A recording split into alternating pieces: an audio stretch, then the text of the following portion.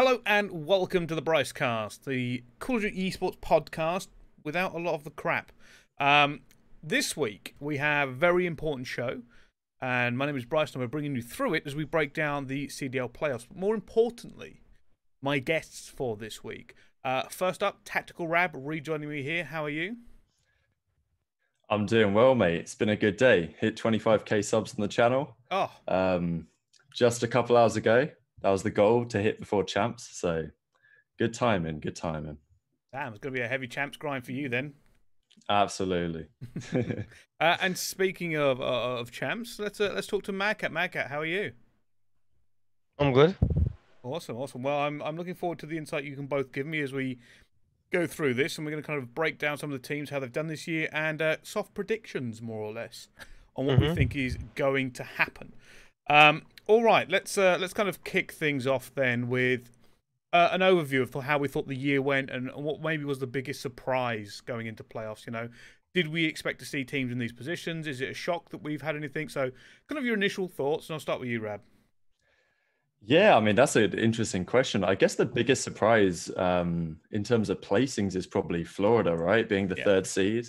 The fact that they've made it up there, I mean, all the roster changes that they've made throughout the entire season, with Pristini dropped out early on, then Ferro comes in, now with Awakening. Obviously, you can argue the degree to which online has helped that, but that's probably the big surprise. Like, if you went into the year looking at placings, at least in terms of the top end, I suppose the other big surprise in terms of rankings is OGLA, right? Yeah. I think if we made this podcast, we probably did do something at the start of the season, we would have said top 4 teams, probably FaZe, Empire, Huntsmen, and OGLA in some order. At least that's what I would have said. But hasn't turned out that way. So Florida in there, OGLA out. The rest of the placings are, I suppose, relatively expected, to be honest, apart from the Surge. But, you know, a lot of people weren't expecting that team to be so good. And yeah, I don't think the online scene has helped them especially. So yeah, I guess Florida's the big surprise for me. OGLA's poor season long and the absolute disaster that they've had with the dashy stuff and being forced to bench him and stuff, like that's not ideal. So yeah, those are the two standouts for me. No, I couldn't agree more. I think it's been a very interesting season as it's kind of gone through. Madcat, same question to you. What's kind of stuck out for you about this season? I have to agree. The Florida team doing well this year, very unexpected. I wouldn't have any of them as like a top like playing in a top team this year. So them to kind of like bring it together and like bring like average players and make it like a top 4 team is remarkable. And I guess the players are kind of pushing into that top 10 caliber now, rather than being shined out in the limelight. They've actually pushed themselves as a unit rather than kind of be pushed out. So they're my biggest surprise, the biggest letdown. I would say Surge. Yeah. But I think if you told us what the game would be like this year, I said they would have probably flopped. Probably the biggest flop would have to be our OpTic gaming this year, right? Yeah, I can see that. I think, you know, I can see that, but like I think if you was to tell me what the game would be like this year, I would say Jacob and the team wouldn't have worked. He would have had to gone like straight away. Yeah, I mean, it's But other than that, I think the year probably has gone as expected. Maybe Toronto towards the end getting good, but we'll see again at Champs if they can keep that form, or was it just a one-off weekend? No, I agree with that. Let's let's jump into this then, because obviously I'll quickly just run through the table so people remember, and then we'll kind of go into the bracket. So, number 1, Atlanta FaZe, then Dallas Empire, the Mutineers, the Huntsmen, the Subliners, the Ravens, Ultra, RØKKR, OpTic, the Paris Legion, Seattle Surge, and the LA Guerrillas. Right? That's how it's all kind of laid out for it. And that means, in terms of the bracket, I think it's kind of an interesting format. Obviously, we had the COVID thing that meant that everybody's here this time. That wasn't the original plan. So we have a slightly different bracket. And I quite like it. Like, I like the fact that I'm seeing all 12 teams. If anything, maybe there's a part of me that would have probably preferred having all 12 teams at Champs anyway. But whether that's a throw over from me liking the old Champs format or whether that's just hindsight is 2020, I don't really know.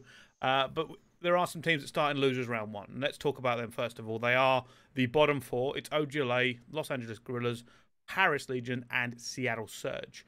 let's talk about the Battle of LA. This match, the OGLA versus the Los Angeles Guerrillas, is interesting for me because both these teams in what was supposed to be, this is business-wise, the biggest market for Call of Duty. You know, it was there's two in this region because people wanted it so badly. To have such a shocking year that you're this far down in the rankings. But are crazy, you right? surprised? I mean, Have you seen the recruitment for both teams, really? I mean, not so much OpTic, but LAG, the recruitment on that team. yeah, Shocking. it's pretty shocking. I will Terrible. give you that. The branding as well Terrible. is like, you know, there's so much more they could have done out of like the content side and the story because they had like a couple of decent results. Like they could have made those results into some sort of content, right? It's kind of like pushed, like sorry to cut you off there, Rab, but like No, go on. the franchise kind of like pushed aside. If you was to think about it, like Mm, I don't really care about them this season. Don't really yeah, no, interest me in any way. Like the brand, the team, ever anything. since Aches left, it's like it's just boring, isn't it? Yeah, like the And whole point was to just have aches there, and that was it. yeah, That was their they only even did the go-to. content piece with Aches versus Slasher. I don't know if you remember that when like they were And going then to they be, didn't even play each and they other, didn't even right? play because they dropped Aches but before they even dropped the content. I was like, oh, Crazy. what are you playing at? It's And that's not. like the only team. Sorry, it's just 1 second. Like the only team that's brought in like an amateur sub player that like hasn't worked out, right? Like they brought in Spartan Vivid. Okay, Vivid's worked, but Spart they had to sub him back out again. Like every other team that's, I mean, to my knowledge, that's tried to bring in a substitute, it's worked out, right? So that's just another nail in the coffin, really, of a poor season. It is shocking when you think of the LA Guerrillas like that, right? Because Aches was their main man, their franchise player. There's nobody else on that team who's a franchise player. There's nobody else who's a face. There just isn't. Yeah, absolutely. And don't get me wrong, right? You know, being realistic, you're always going to lean on the side of, oh, we should definitely have the best players on the team. But it's not like gee, you've had a good run with Aches gone, right? It's not like this team has stepped up or had a transformation. They're still not good. They're still, you know, they've been struggling. And it's just really shocking. So I actually have shout out to Jono who's given me some stats in this chat from the last 4 events. And if you look at LAG's stats, it's horrific. Is it 14%? I think I'm reading this right. Map win ratio, of which the majority of that comes from S&D. Bloody hell. It's It's their so domination bad. that's been tragic as well. Well, they haven't won a They hard actually point. got better for a Oh, it bit. is dominated. Domination. They haven't won a dom. Sorry, you are correct. Yeah. Yeah. Well, one dom. They haven't won any doms. It The won last They four haven't won a events. dom. 3 events. Yeah, in the last 4 events. They won like 4 the Well, whole year or that's something all. mad like that. They were like 4 in 30 in DOMs. I don't know what the stat was. 4 in 17 or something. I'm just picking numbers up in my head. But They're just it's something literally tragic. they've just been terrible all year. Nothing about that team interests me. If they was to do a run, wouldn't care. Don't know what it is. It just doesn't Yeah. interest me in the slightest. I think it's just they don't have like a talisman on the team. Like you look at every other team and they have someone on the team that's like I don't know, that's like interesting personality wise, or that's what the COD scene thrives on, right? And like we have good personalities in front of camera, and every team pretty much has someone like that. Not always the case, but yeah, ever since Aches left LAG, they've kind of just been like nobody even really thinks about them, and they got decent in search for a while. Like they were actually decent in search on like Arc of Peak for a bit, and then I think other teams like basically just watched their VODs, and then it just became bad at search again. Well, not bad, but you know, relative. So yeah, that team's just had a shocker, and of course OGLA, it's not quite the same, but Is I it mean, worse though? Here's they're the problem social with as well. OG. They're downhill, aren't they?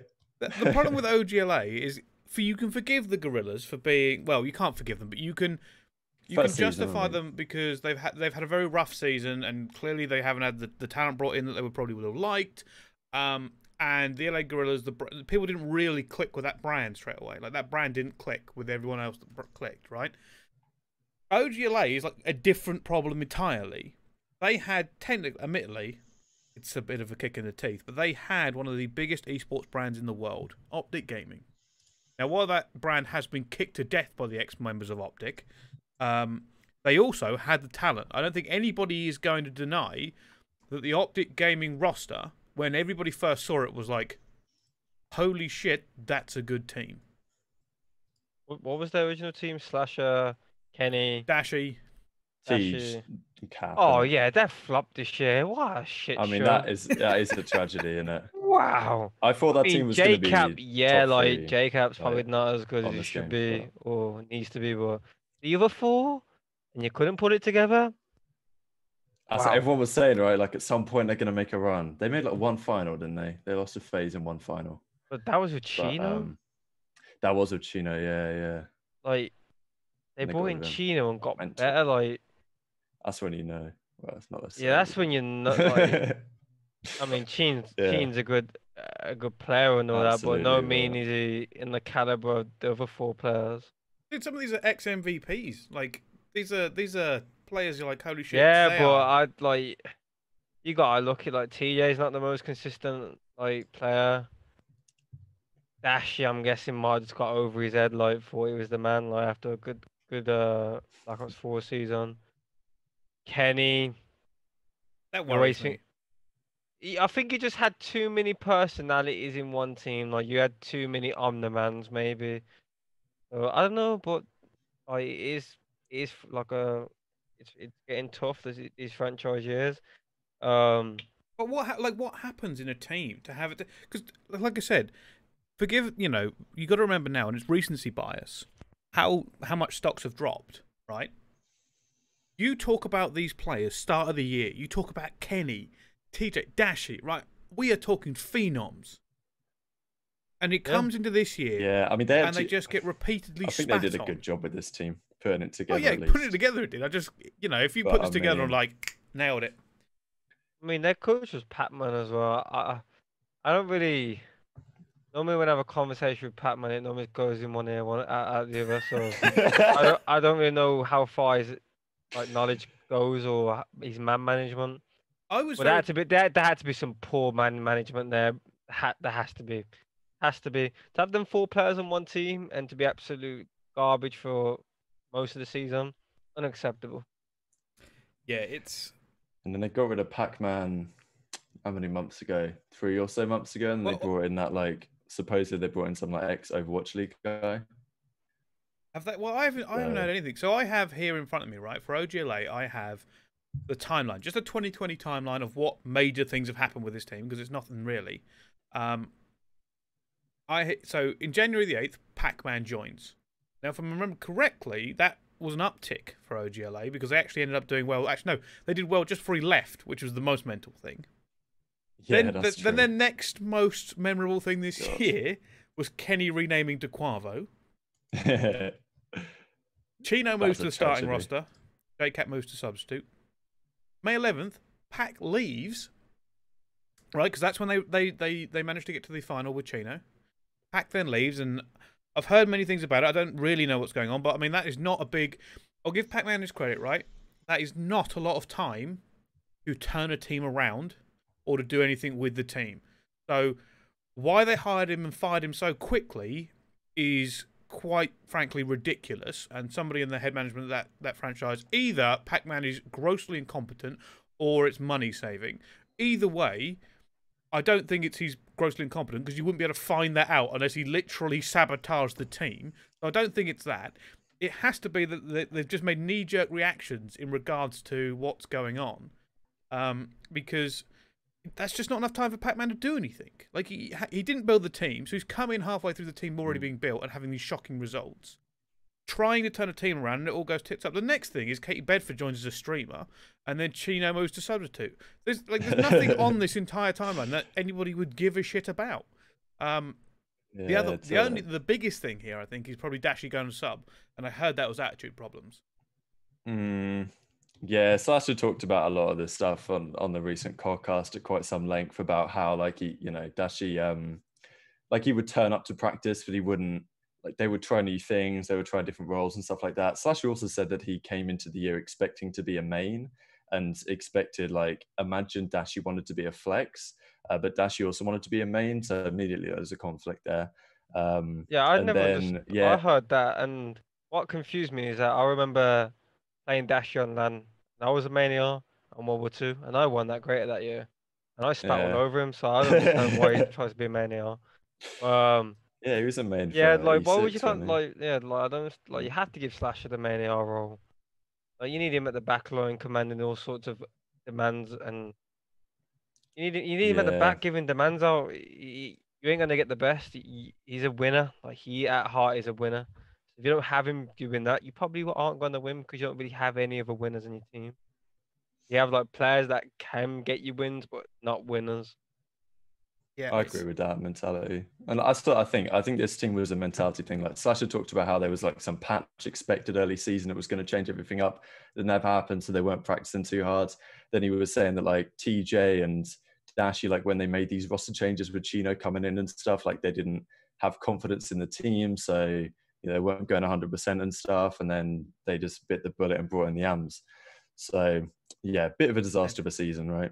it screams volumes about like, and I don't want to rag on OGLA too hard because they like I said, they essentially started the year. OGLA got bought and everyone was like, yeah, OpTic's going to be in the league, and everyone, oh, it's not the people we like in OpTic, and then everybody in OpTic proceeded to just kick the shit out of them and basically devalue. OpTic Gaming is no longer a viable brand in terms of like what it once was. You could probably switch it out for anybody else and you'd have the same result. I have never seen a brand in esports go that badly that fast that hasn't bankrupted their own players or something. Their social blade is crazy. Like the amount of followers they're losing on Twitter every day. That's just purely because it was run by the actual players and the management rather than just that was at the forefront of everything. They were just the forefront of the content, the teams. I mean, you had Scump there for how long? Hex, forefront of like pretty much anything they did. In terms of that, it was always gonna happen. I can forgive Yeah, OGLA that's for true. that, right? It's not their fault. But what happened internally with that team? Because it just screams to me that there's clearly like either like an attitude problem or people are looking at it the wrong way this year, because with those players and the right infrastructure around them, they should have done better than they did. Like, there's no doubt in my mind that this team should have been doing considerably better than they did. And if they make a run here at Champs, it will be just a bit of icing over a turd of a season. Because that's what it is. It's just been them consistently underperforming in everybody's eyes over and over and over. And don't get me wrong, right? That can be demoralising. But you'd hope with all the people and all the infrastructure and all the people in the background, there should be somebody to hold these players up and say, hey, get to practice on time. Get your head straight. This is a new one. We're doing this. This is great. Instead we're hearing stories of the players, chalking days, chalking scrims, chalking time. It's disappointing, especially with, these players who we've seen in other lights, right? Of being fantastic players with great work ethics and being champions. To a game, the first game, the game of LA, and we've just sat here, and both of these franchises are just like, well, better luck next year. Let's talk about that who is we think's literally the thought process. It is. Part of It it is. as well. It is. It's a whole shit year. Yeah. Let's talk about who we think's going to win, because that is very important. I have been looking at some of the stats. Thanks. Up to gaming by a landslide, right? It is. It is up to gaming by a landslide, because I went and had a double look at LAG in the last Stats 4. aside, like LG is not good. Yeah, OGLA there's got no something in way them. I'm choosing against OGLA right Yeah. now. I don't know if Slasher's moved to. I know he was talking on the podcast about like moving to Texas because obviously the server situation's a bit shit for him in Cali. So I don't know if he's actually done that, but I just feel like I can't pick against these guys making something happen at Champs. Like something's got to happen, even though it is online. I don't know. Slasher seems to kind of have his mojo back a bit lately. So I have faith like Kenny can drop a 1.2 this series and get the job done. I just can't see LG do anything, man. Like the domination's already chalked before we even go in the series. So there's that. Like their search hasn't been that good. So yeah, worst team in the league for a reason, I think. No, I think I agree with that. I think realistically, I just want to see something from Champs with them, and I think that this is the first hurdle. Get past. Just get past LAG. I don't think LAG really have anything that is going to make me go, oh, this is a team I can root for.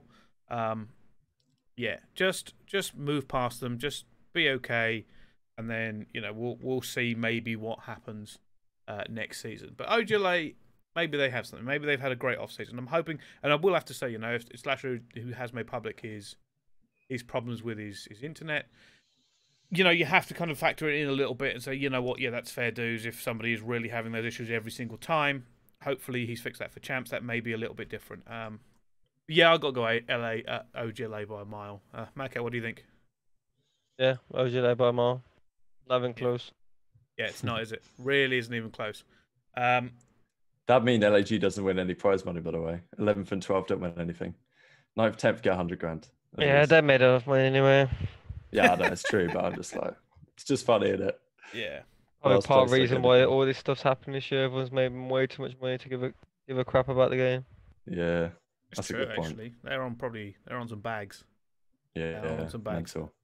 All right. Anyway, let's move on to our second losers round match here, because this is, I think this is a more interesting matchup, right? Seattle Surge versus Paris. For context, Paris Legion came into the franchise year being kicked about by analysts, by fans, by everybody, because this team was not built in the normal way of, you know, we'll get some Americans, we'll get some big name players. Their biggest name player, I think, coming into it was what, Kismet and Zed, maybe. Yeah. And people were like, yeah, this team is not going to be great. You know, people were like, oh, we're not going to see an awful lot out of them. And then they started shocking a few people. And people were like, yeah, they had a decent start. Yeah, they had a really good start. And then they went for an absolute patch of absolute dire. Yeah. And then they kind of semi-brought it back towards the end. I feel like every team like surpassed the mid-season. It's not like they necessarily were getting worse, but just compared to every other team that was just getting better and they were just stagnant. And like, they're the only team gone. One thing with this team is that for anyone that really doesn't know behind it, like the team is actually formed by the casters Lando.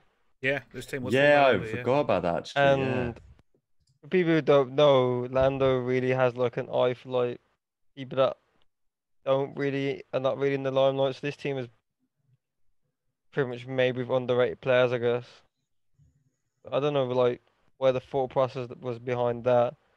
I get it, but it's kind of a mishmash on paper, innit? But yeah, it kind of looks like a mess on paper. But if it was like a professional sports team, I'd say yeah, fair enough. Where you got like people from, this is not Call of Duty is different to like any other sports or whatnot. Like you can't just get a player from Spain, player from here, player from there, and make it work. It's a lot different. Do you think that this team really suffered from the move to online though? Because they were. I mean, that's the same thing as OGLA though, right? Yeah. Like you're gonna get hurt by it. Based in Cali, right? Yeah. So, they did get hurt. They haven't had a fun time. Yeah. I mean, here's the thing about Paris for me is I don't think they're a bad team. If I remember correctly, I think I was told that they have basically only lost to like the top 6 teams anyway. But they don't really lose to anybody outside the top 6. So for a long time it was just literally. I think for a long time it was just the top 3 for most part of the season. Yeah. It's got bad brackets and stuff. But they're not a bad team. I'm having a look at their stats now, right? They're the last 4 events. I think they're pretty decent, to be fair. They're not bad. Admittedly, they only have a 44% win ratio on map wise. But the rest they're not bad, but I don't think their skill ceiling is high as it should be in terms of this league to push for the top spots. I think they're a really good team for what they really have. I don't think they have a lot going for them in terms of like roster. It doesn't go as deep as some of these teams. We just said that the OGLA team has been terrible this season. We just named 4 MVP like players. Yeah. This team going to this season had 1, I'd say, MVP like player, and that's Kismet from last year. Yeah, top 4 champs and that. And I mean, it's like it's the only team I think, apart from only team that hasn't won an event to not have made a roster change. So that was that was part of the discussion as well. Like going into this last event that they ended up coming second at. Well, like it was a London event, wasn't it? They beat out London in a series, which like big win for them. And unfortunately, it wasn't enough to get them out into winners bracket because of what happened with Toronto and that. But I mean, they gave it a good go. And like they lost twice that tourney to Dallas, and like Dallas had the Texas host, so Paris are always going to get smoked those 2 series. But they beat everyone else. They could have won that event. Like I think Paris for They're a me, different bracket. Paris for me, if anything, is a representation of what can happen with a team in the right structure and what players that may get undervalued. I mean, the problem for me is that I don't want to show any bias here because I'm a really big fan of their coaching staff. Just as a personal thing, I don't know how their coaching has gone all year, but I do think, to work with the resources they were given, and from what I understand, and this actually hasn't come from anybody I know within the organisation, just other than the grapevine, they probably haven't spent as hard as other teams have to get the results that they have gotten. Right? You wouldn't have been surprised at the beginning to think, oh, this team will do nothing all year, and then to do something and to take down some scalps and say, actually, oh, hold on a minute, this is not a team to be laughed at. I put Paris a little bit high. I think Paris could have been much higher in the rankings coming into this. It's not consistent enough across the board, in my opinion. Yeah. Like I said, the rest when they're all shooting, they can be a very good team. But to get them all shooting on the same lengths is going to be a very hard task for them to be able to pull something from the losers. Yeah. But being a loser bracket from the start is hard. Like, you need to be coming Really out firing from the horrible. get-go. In fact, to have a team with a lot of consistent players, going to be a very tough one for them this tournament. They might get through 1 or 2 rounds, but I don't think much more than that. Their S&D so good though. 82% last four events. 82%. They've been pretty clutch in that as well recent, like round 11s and stuff. I don't know. That's just the S&D was garbage for a while, and then it got better, right? Yeah. Yeah. They kind of had to rely on it, I suppose, because everything else is bad. Last four events, domination. Basically, St. Petro's are anything they've been able to win on. 22% of maps won. Hardpoint, 31%. It's not good for them in terms of everywhere else, but they are done good a at few S&D. game 5s. Yeah, they are good at S&D, and that may pay dividends. Let's talk about the team they're going against then. This team, Seattle Surge. Bloody hell! It has had a shocking year. Shocking. Imagine coming into the year as the management and thinking Karma's going to retire. Like, that is just. I mean, not even like it's affected their team too much, but just in terms of brand value, it's crazy, right? And then I don't know, absolute shocker. Like, I'm not incredibly surprised, frankly, because coming into the season, it's like, okay, you've got Slacked, you've got Enable, you've got Karma on the team that have all basically played the same role. Where is your slaying? Like, you're expecting Apathy to go off every single game as your main sub. Like, that's going to be a tough one. So I don't think the team was ever going to work for the start. They sub out Enable, then they bring in Panda, then they bring Enable back in for a series, then sub him out again for Search and Destroy, like absolute madness. Then obviously he doesn't want to be on the team because maybe he feels like he's been disrespected or whatever. And then you've just got Octane dropping 1.3s every series and no one else is really putting up numbers. Then again, it's Apathy at Champs. Maybe you can put on a show. And now you've got Proto in the team, which maybe is a move that I feel like they should have made a little bit earlier than they did. At least give it a go, given that what else is going to happen. Just a strange one because you've got Panda and Proto as your two like substitutes on the team. Most other teams that have made good changes this season in terms of substitute players haven't got them from their bench, right? They've just picked them straight up from the amateur side of teams that have done well early season. So maybe that was the way to go here. Doesn't happen. Yeah, disaster from start to finish. Octane, year of his prime. Down the pad, I guess. He was the #1 player for most people's drafts coming into this year, remember? We did one. I know a few other people did one. There was like draft sites that put him up. And I don't think his stock has dropped that much considering how bad the team has gone. Because he is still putting up the numbers and going berserk and doing Octane things. But this team, it should have been much better. Like, you had Enable in there. Shouldn't be giving too much credit to Octane, by the way. Yeah, I think that just stands over an AR. Fair. Like, I don't think we should be sitting there praising almighty Octane and just shitting on the rest of the team. Just stands over an AR. Not hard in this game. Yeah, that is true. Yeah, I still think he's a top AR though. Like, I don't think his stock not has in dropped this like the game, others. no. I don't think his stops drop, but you can't call him a top AR. His team's been bottom of the league. Yeah, He's got to put up numbers, but he's just standing there with an AR. And most of the times it's Cave that these numbers come from. And they play Cave a lot, but they don't win it. But he still puts up numbers. No, yeah, I just think that that point. I think the team had a bunch of route men. If you want to call that's what the role is now, route man.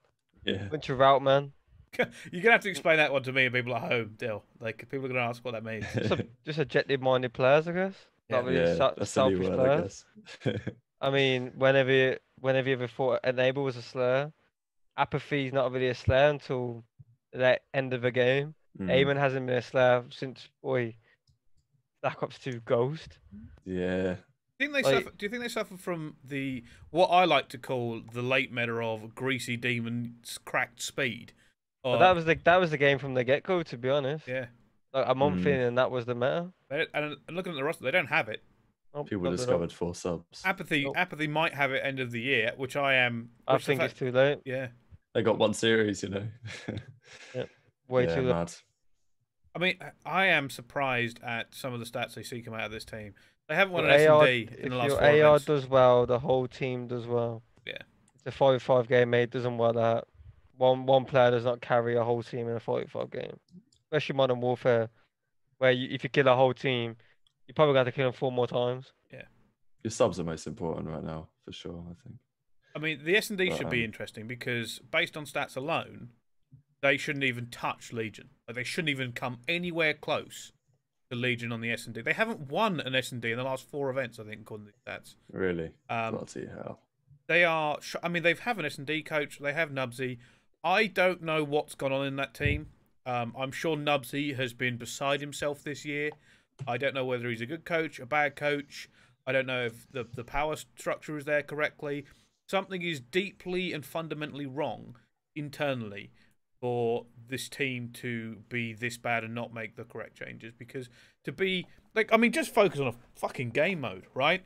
Just get some wins somewhere. It's hard when the players aren't talented enough to play a game like this. I mean, and apparently, like Surge, they didn't want to, after Damon retired and that, they didn't want to like splash out, you know, to get someone else. So it was just kind of like, yeah, well, make it work with this team, or let's see what happens. The 3 times didn't even make it through the year. Yeah, Modern Warfare, baby. I don't blame him, to be honest. Yeah, neither me. He's done a blinder there, especially if he's still got paid for the last few months. So, oh man, this team is outrageously disappointing. I imagine, like I said, I think the management and that are probably just given up as well, because what are you going to do? You know, your entire team is basically collapsed. You think at the start of the year, you know what? We've got some really good names here, right? We've got Octane, Slacked Enable, Karma. Oh, this is a team with names, right? We've got people who are champions. We've got, you know, Karma's probably on their biggest draw. Octane was definitely a coup to get straight into the Seattle Surge, and we would have ranked them very, very highly at the start of the year. Turns out the meta in the game, it couldn't be a more wrong team for it. And then, you know, the fact that they can't even play S&D. Yeah, I don't know if this team was ever going to be that good at Search, to be fair. Like, looking at the players, it's a bit of a shocker in Search from top to bottom. Yeah. But I mean, there's being bad in Search, and then there is being a level where, honestly, this team, if they wanted to, should have just signed up 5 from any of the AM tournaments to play their S&Ds. I think any of the Challenger tournament, any of the couple of, like, the top 3 from any Challengers, just get them to play S&Ds, and they probably would have had a better scoreline. It's what they tried to do, you know, subbed out Enable for Panda in the Search. I was entertaining. No, subbed a lot out. Subbed a lot. Yeah. Just scorched earth it. Because if that's going to be what you play, I mean, what are you even playing for at that point? You might as well just throw caution to the wind. It's bad. It's bad. So let's talk about Paris Legion then. Paris Legion versus Seattle Surge. What do we think? Paris, in my opinion. I fancy Paris in this, yeah. I think like 3-1, something like that. Yeah. Paris win the Surge, win the Dom. Yeah, something like that. I just don't have any faith in Surge or LAG. And Paris and OGLA have actually showed some promise. No idea how their practice is going, any of these teams, but it can't be great, can it? I mean, depending on which way it matches up, I would actually go a little bit different and say it's probably going to be hardpoint S&D for Paris. Yeah, maybe that. Actually, yeah, Surge are decent at Dom, aren't they? Surge aren't, yeah, that's probably their better game mode if there is such a thing. But yeah, I don't think Paris are gonna lose in that regard, especially with an S&D record that differing. Like, it's not even like, oh, they've won a few different and they'll match up a bit weird. No. The Outsiders just lose them all. Paris have a good record versus basically everybody. So it really shouldn't be one of these. And I think Paris move on in this bracket. Unless, I don't know, something's happened in Seattle Surge. You know, they've got that magic Michael Johnson water from Space Jam. That's the only thing that will save them here. What did I just said the name wrong. Don't know. Michael Jordan. I think I said Michael Johnson. Michael Jordan water. Anyway. Legend either way. It doesn't matter either way. Let's move on to our winners round bracket 1. And talk about our next matchup. New York versus Minnesota. Now, this is a game I'm really looking forward to because I think if finished both of these winners round 1 games, superb. New York and Minnesota. New York have been up and down so much that I still struggle now to think of them in the light that I probably should do because of what they've done. They deserve a lot of credit, to be fair. Yeah. Like the way they've turned things around. I mean, like their entire season there, I was just looking at their thing. They're like 13-17 or something, but like Mac joined, they looked so much better. Then they kind of dropped off for a couple of events and they just came through absolutely swinging when they won their own home series. So yeah, I think they deserve a lot of credit. Like it's an interesting series because Minnesota have made this change with GodRx coming out for Exceed, which is, I mean, that's an interesting change first of all. That is, I mean, it is pretty outrageous. Outrageous. I mean, their thought process is, I don't know, like when they brought Exceed in for Alex, do you remember when he had his thumb thing? Like that, I mean, that worked great. It was only 1 series and it was last minute, but it worked great. They say their scrims have been going well behind the scenes, but RØKKR have lost their last 8 series. Yeah, I heard in a row, that from every team. Every team in COD. That is true. Every single team. So yeah, that's true. You never like who loses scrims. Like, is it just imaginary team? Both teams are winning the scrims. Everyone just plays it, just loses all the scrims. It baffles me. I don't hear anyone having bad scrims anymore. Everyone's scrims go well. So either everyone's drawing maps, or there's just imaginary teams that everyone's scrimming. It's mind blowing. But yeah. They probably maybe they're scrimming ham teams as well back in the day. Maybe that's scrimming the fucking Zars, man. Could be. I mean, it generally could be. Like, I suppose people don't want to give stuff away, like demotivate themselves before going into champs. But I mean, I've heard so much stuff down the grapevine that I kind of want to expose, but I haven't got the proof I would like. But some people are still chalking shit this close to a 4.5 million tournament, and that disgusts me in every sense of the word.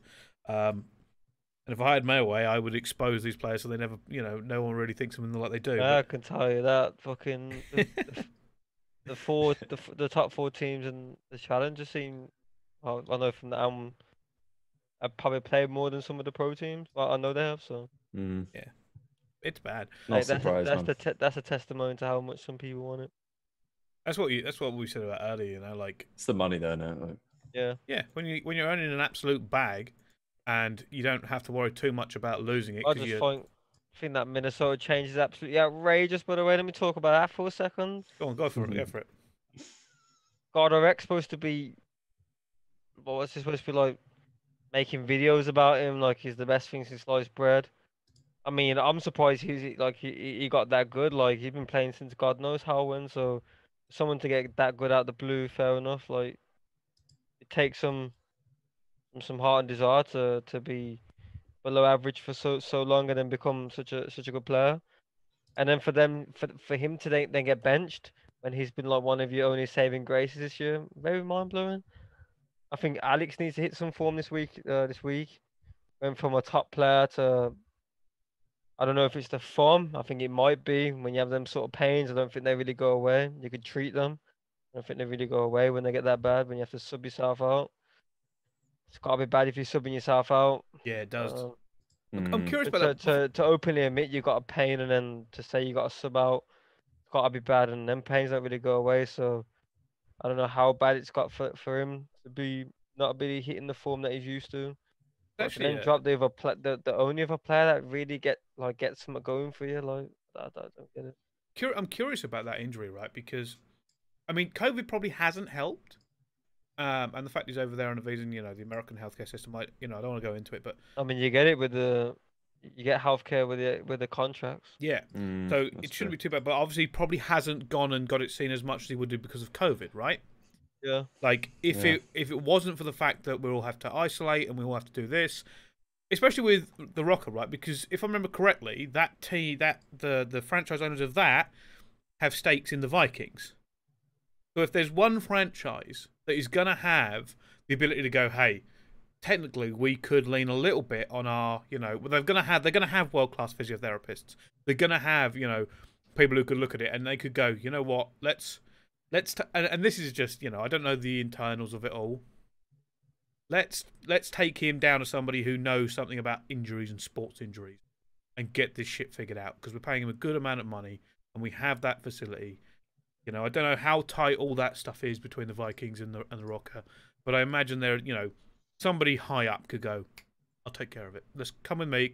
Yeah, because at that point you're looking at him for year 2. He's been playing well. You look at him to be a year 2 player, so why wouldn't you invest a bit of money or use the facilities that you got with your high-end physios and your surgeons, I guess, whatever you got. I don't know, but then to use Exceed, like, he's not that good, like, to be whatever form GodRx is in, it doesn't make sense to bench him for Exceed, in my opinion. No, I would say no offense to Exceed, but there is offense. He's not better than GodRx, not even close. So I think they made a mistake there. Hopefully they prove me wrong. Don't really care if they do, to be honest. But yeah, something shocking. had to change, I feel. I mean, yeah, but you look at the roster, and I'm looking elsewhere. Yeah, and I I'm could not saying make that's the changes move, elsewhere, but I guess their bench isn't the greatest bench. You got him and Tiny, not really great players, I guess. So their maybe bench similar to wasn't. Surge in a sense. Yeah, but I don't know. The team is good. I guess he kind of got hurt moving to online. But even then, they were kind of decent at the start of online, if I remember. Yeah, they were. They made another final. While we're talking about that, I thought, you know what, I'll bring up the stats from the last 4 events for Minnesota. It's bad. So much so that I'm actually having to relook at it just to see if it's yeah. They haven't won a search. They've won 50% of their DOMs and 29% of their hardpoint maps. St. Pet is their banker. They've got 100% on the last St. Pet they played. It's probably about 2. 25% map win ratio over the last 4 events, of which none of that's S&D. It's not good. It's really not good. Yeah, RØKKR have had a shock at the last 4 events pretty much, but I mean, yeah, they've tried to move. I just think Subliners are way too good for them in this one, to be honest. I don't know. As you say, I have no real reason to believe that Exceed's going to make him drastically better. Like, okay, maybe it changes the dynamic, but you've lost a lot of like potential turn-up power. Also, who's sniping for you now, right? GodRx is a pretty damn good sniper in Search. You lost him, so like, don't know. Search There's a lot of S&D maps there. Yeah, exactly. So there you go. This is a team that has started high, really quite high, in my opinion. I was like, holy they were shit. top 4. Like, everyone agreed they were a top 4 team after the first like 2 months. And now you wouldn't. So. I mean, I don't know. I think that the biggest issue for me is that they probably are still up in that top 6, but it's not. Who? RØKKR. Where you got that one from? Yeah, where you pulled that one from? You said they're hitting the worst form ever, and you pulled a top 6 out your ass. Let me explain my logic to this. Jesus, I can't wait to win this. You've just read out their past form, and you said it's shocking. So how have you just said they were top 6? Here's why, right? Because I'm looking at the other teams outside of So the top 4, obviously we're going to ignore the top 4, but the New York are probably above them. I mean, no, you're right now because I didn't know how they would face. You run yourself into a corner here. Yeah. No, in fact, here's the thing, right? I'm quite happy to admit when I'm wrong and change my mind. That's the difference with this podcast, is I have no issue with being wrong. Okay? None at all. Because to be wrong means I'm learning. Bearing in mind how good Toronto are recently, yeah, I would move them down. You are right, maybe. Minnesota have dropped significantly. They're still better than probably Seattle. 8th might be all right. Lag, but still better than. They can mix it up in the 8ths. Yeah, they could mix it up in the 8ths. I mean, they got 3-0 by OGLA, but I think that was the series that they had exceeded for Alex. That wasn't ideal. Since then, they actually did lose a game 5 to. Oh no, it was the game 5 to RØKKR they lost with exceeding. Yeah. So they got 3-0 by OpTic, won tourney. That's bad. Lost to London game 5. Lost to. That's a game 5, right? You go game 5 against London, like. Yeah, that was quite a recent. But London could go London are just a weird team, innit? Like they can just smoke you or somehow go game 5 and lose, like just choke it away. So yeah, we'll get to them. But no, I mean, I think the biggest issue for Minnesota right now is they're going against a New York team that is certainly riding high at the very least, right? Like, they're not probably wishing for it as good, but I mean, it tells in the stats here. Their dom's probably one of the better ones we've looked at so far. 73%, 59% grand total in terms of map win ratios. Their S&D's okay. Their hard point's okay. They're on the better side of 50%. 55 and 53, and that says a lot, right? Because if you are at least somewhat consistent and you have wins going down, there is something you can play off. Minnesota don't really have that. So, for me, in terms of this New York team, I think they actually ended up trading Trey away. I don't know what happened in the team for that to happen. But, when Mac Meltzer's come in and done well and they've had a few things go their way for them, it's very interesting for me to see that the New York team was supposed to be amazing. Then it went, oh God, this New York team is terrible, to, oh no, they're all right now. No, they're pretty good. They're pretty good. It's kind of like, oh, we've decided to go up and down and settle in the middle. They've had a very up and down season, to be fair, because even like when they did manage to make the run and win their own home series, which is impressive, the very next tourney, they come out 3-0 LAG, get bopped by Dallas, and then they go down and lose 3-0 to Paris. It's like, that's the last tourney they played in the Pro League, or last series they played. So bit of a weird one. But yeah, I still do rate them highly, to be fair. I just think they have a lot of talent in their squads. And yeah, they seem to play a game a lot. They seem to care. I think having accuracy on the team has been pretty beneficial for them. And obviously Mac's just been like superb. Every time I feel like, oh, maybe his stats last event weren't so good, he just drops a 1.2. So yeah, he's been a real talent for them. And also Attach. I think Attach definitely deserves a mention. Last few tournaments, I think the last like 3 tournaments, he has like a 1.2 or 1.25, something in that region. Didn't start the year off so great, I believe. But yeah, Attach lately has been super good for them, which has been really impressive. So they've got a lot of firepower now, actually. I think this team has done so well to recover because they started off on a high, right? People was like, oh, this team's great. Then they obviously fell off a cliff and everyone was like, oh, crap, what has happened? What is Revan doing? Because everyone has a lot of faith in Revan. And it was a big news for them to get him as a coach. That was one of the coaches people actively look for start of the year. And they managed to stabilize it, okay? They've actually managed to hold their own, to keep themselves in this position. And, yeah, it's a team that certainly, in my opinion, has got itself a good building block for next year as well. Like, they figured out, we've had the highs, we've had the lows. They know how to deal with that, and they've made a roster move, which a lot of people didn't know whether the Trey move was a good idea, but obviously, following on from that, they've had some success with. What do you think, Madcat? What? Which team's gonna win? New York. New York as a team? Yeah. We're talking about their roller coaster year. Yeah, all round decent team. Few inconsistencies across the board, but who hasn't this year? Decent team. They got rid of Trey. I think that was a poor move. I think Sense's dad was right. Friendship team, but this happens. But they got Matt Melton. He performed. He fitted well into the team because he was performing. When you're under them sort of players, you need to perform. Was the way you're gonna kick you to the curb? Performed, and it was kosher since then. And I guess they're going up and down, but hey, not a bad year in my opinion. After they got Matt Melts. No, I can see that. Yeah, I guess if I had to pick one team to make like a dark horse run to actually win the thing, like I might say them. Just because I think the top 4 teams, yeah, they've shown the best. They've been able to beat the top 4 teams. Not many, apart from Toronto in that last. Yeah, exactly. The last one. Not many teams outside of the top 4 have beat the top 4. Yeah. Let's talk about who we think who's going to win then. Minnesota versus New York, and I feel like this one's obvious again. Yeah, New York. Yeah, I'm thinking it's got to be New York, right? Yeah. Yeah, to me, I'd take them. I mean, Minnesota's their first series with this new team, but I can't imagine it being better than New York. So, yeah, that's how I'd go for it.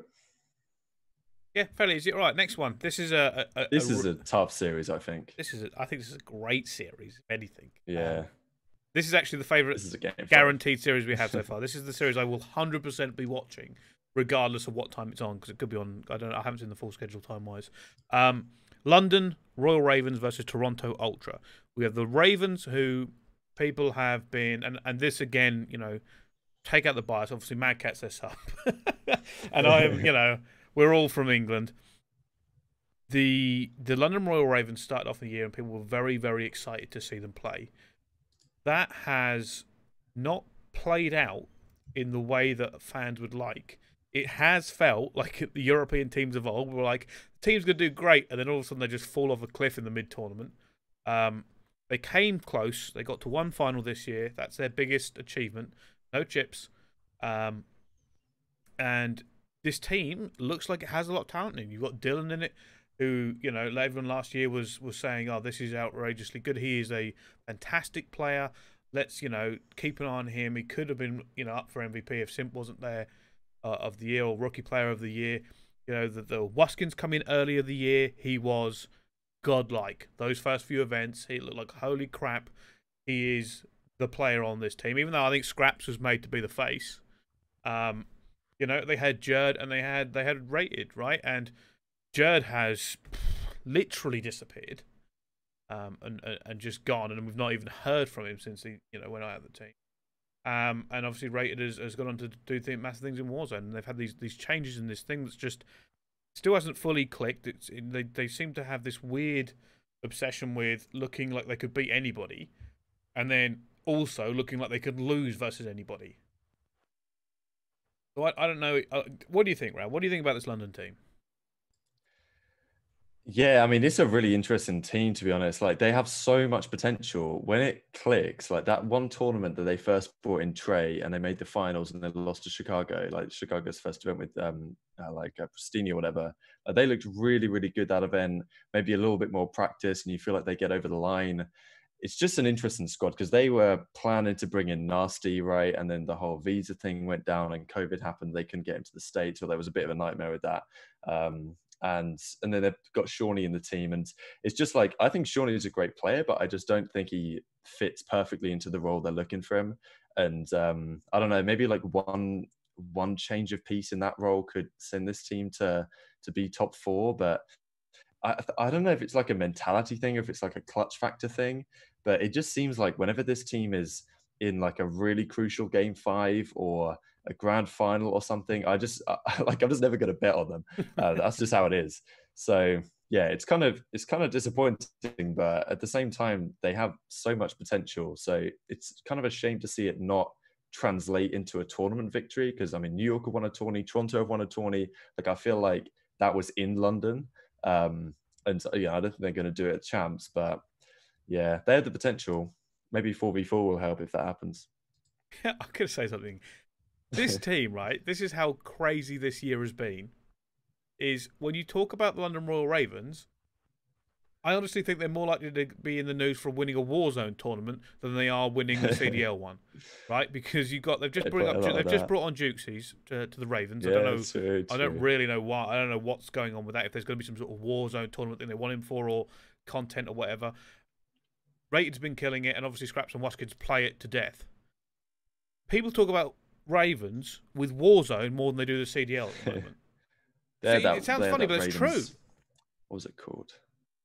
Ruckus, like the Royal Ruckus or whatever. Yeah. Like, so. I don't know. What do you make of that? Like, because that's mental to me. Nobody's really talking about the Ravens in terms of doing an awful lot of the CDL playoffs. They aren't. They're talking about what they're all doing in Warzone at the moment. Rated's in another tournament. I mean, he's a sub, so there's nothing to do with him. But yeah, I don't know what to make of this Ravens team. I don't know if they are. How do I put this? I don't know if anybody's thinking they're going to be a dark horse. I mean, like, I kind of want to say that, but I just don't think they have the consistency. Like, I think they have the potential to beat the top teams, but I don't think they have the potential to beat Florida, then Dallas, then like Atlanta or whatever they're going to have to do, right? I just don't think that's going to happen. Like, they might win 2 of those series, or they might go game 5 in one of them and lose around 11 or something. But like, I just don't think they're going to make a run. Like, that's why I'd say New York is more likely to actually clutch up in the round 11s. Even though I think in terms of pure talent, I think the teams are actually relatively similar. London has a shit ton of talent. This Yeah. London team is outrageously talented. Look who's on their roster. They could even change players in there, and you're talking about legends all the way through. European player legends they have stacked this roster with, and people aren't confident in London to do the business this weekend. But here's Not you are right. organised enough. There's not like we talk about everything you just said there. They get to the later stage of the tournament, or they can beat a team and then lose to the worst team. That just comes down to straight organisation. Like they're just relying on individual. Um, Plays. how am I forgetting this word? No, just individual talent. Yeah. Literally just raw talent. That's what they're relying on. You could tell. You could look at their gameplay. They have no real gameplay. Like the S&Ds. Can Wuskins get us a sniper pick? That's all your S&D is based around. Yeah, their SD hasn't been great, by the way. Like, that's your whole game plan for the whole year. Like Wuskins sniping. I used to be so Like, good at Arcloth Peak because he'd just drop 10 every yeah, map, but and then when like he he didn't just do sat that, in the top room every time. yeah, Okay, yeah, how just do go be in it. yeah, like Yeah. how do we play against London? Ah, just forget Wuskins top room. Like it just looks it looks disorganized from the top down. Like Wuskins got a sniper out for 11 rounds in a row. You're Mhm. losing round. You need to do something else. You need to have a plan B if your sniper's not working. Plan B needs to come out, and you see every round who's last alive. Wuskins. Okay, That's very true. we don't want him last alive because it isn't working. Well, Like I think if you probably go, what probably should be a stat somewhere. If Wuskins isn't last alive, they have a high percent chance of winning the round. well, here's how Like badly it's gone for them, he's a right? clutch player, like we've seen, but like it ain't that this year. Like a sniper that's sitting at the back, just waiting every round. It ain't that. Sometimes you need to just go out there, pull your piece out, and get in there. Get your hands dirty now and then. Do you think they relied too much on that style? Because don't get me wrong, right? Watkins was absolutely killing Well, it, I don't understand unbelievable. how Dylan looks so bad in this team. I don't think What's for the an ounce point? he's lost any form from last year. If you was to put him on another team, he'd still be hit. He'd hit last year's Yeah, form. That must be a testimony to something that's wrong with this team because it's gotta be. It's gotta be, Like man. Dylan looks like an average player this year, but you go put him in a tens or you go put him in another team, he looks like Dill from last year. It doesn't make no sense. Something is going on there. Do you think it's pacing or meta problems? Maybe why the team was Oh, built. because you've changed the team how many times? You've had Judd who just runs about. You've had Reese who naturally is quite slow. You've had so many different. I guess Sean's kind of the same as Reese. We've got Trey. You've had so many different styles of players. Maybe you didn't branch out as much and I stuck to the same old swap him for a slow player. So like you didn't really branch out as much. But you've got enough people there. How many people are signed to the team? Yeah. You could even throw Joe in there. I would have threw Joe in there at some point and say, okay, if we've got pacing issues, take one of our slow players out, Joe, put the headset down and pick up the controller, go out there and make things happen. It's true. That is true. It's interesting that it's under team. I feel like I had such high expectations when I saw the players at the beginning I of think the there's year. also a thing as well, like I look at the team as well, like you've got Matt, Brad, Dill. They may have come close to a win, but they've never really seen a win. And we're That is talking true. about you're going to go out there and win big tournaments against these players that have won 20, 30 tournaments that are sitting there and their whole career has been a trophy, a check, like, and you're supposed to go out there and you expect these players to be the forefront and go out there and push wins out. They're not used to winning. They haven't seen a win before. That's not on, like, that's not entirely on them. They haven't really been around winners. So you kind of have to put a winner in there to really say, okay, this is how we go out there and really crunch them last minute moments in games, or go out there and really pressure a team like Atlanta, Dallas, Chicago. You gotta go out there and pressure them, and it seems like they're not out there to pressure them. They're out there to stay in the game somehow. Yeah. I just don't know what's wrong with the team. I don't know if it's the players, if it's the, like, how they actually played the game, the style of play. I don't know. Someone needs to say something on the team because it just makes no sense. Yeah, I think I can agree with your sentiment in the fact that, and I think this is probably a common theme with the Ravens, right? Incredibly talented bunch of players, right? Every single one of them, we've all known, we've seen them play, we know they are good. What I think people are struggling with is that this team, they expected more out of them during the year, right? There was super high expectations for London to throw down and really rock here. If they had won one or two homestands this year, people were like, yeah, that's what we're expecting. The fact that they've come second, I was hoping for one. You think? You think? I at the start of the year, I would 100% say I can see them winning something. No. 12 I wasn't going to homestands. expect a win. No, but- I wasn't expecting a win from them. I think thought it you've was got possible. very incredibly talented players in Dylan, Matty, Brad. I didn't. George's form wasn't the best the past however long. But here's the like, thing: the homestands mean that it should have been possible. I mean, yeah, but You got top teams removed, man. They only have to, like, some of these homestands. You but- only have to beat one of the, like, two of the top four or one of the top four. Like, 4 series, isn't it? yeah. You're telling me yeah, you but don't you see them got winning that? like, Bryce, you need to understand, like, you need winners, bro. Like, fair enough, the Florida team's kind of like an argument against what I've just said there, but Got you Frosty need there, innit? winners. Like, how many times have we seen, like, I guarantee if you was to go out there and get them a win, they'll bring you more wins. You go out there and give Matt, Brad, Dill a sniff of a win, you go out and get more, but you bring the team together and they've only got one chip between 5 of them, and there's a lot of game like event time or event sort of like how many events they've been to between them. Yeah. They're not fresh faces, apart from really Dylan.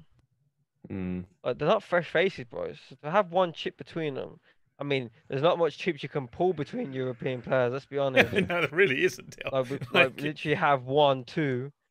The second one's probably got an asterisk on it, but I'll count that shit. Like, there's not many. So maybe having an all English team probably didn't really work out as much as they probably wanted it to. Yeah. No, I can see that. I can agree with that. Admittedly, just because being European over the last, decade hurts. I mean, yeah, you're like, how many times have you seen Europeans choke? I've been in part of a lot of them, like, just used to choking, like. Just every event for the last 10 years. It's just Bill. the culture, you know? Apart from Yeah. like two. Apart from like two. Yeah, like being a European player and being a European fan as a whole is hard because we love to choke that shit. Yeah. We literally are like the English football team. We love to choke that shit. It is pretty tragic. I mean, that's what you're saying about the Mutineers as well. Like, they do, even though they didn't necessarily have play. I mean, it depends. It was online, maybe it's different, but I mean, Ferro won champs, or not champs, but he won Stage 2 playoffs in World War II on TK.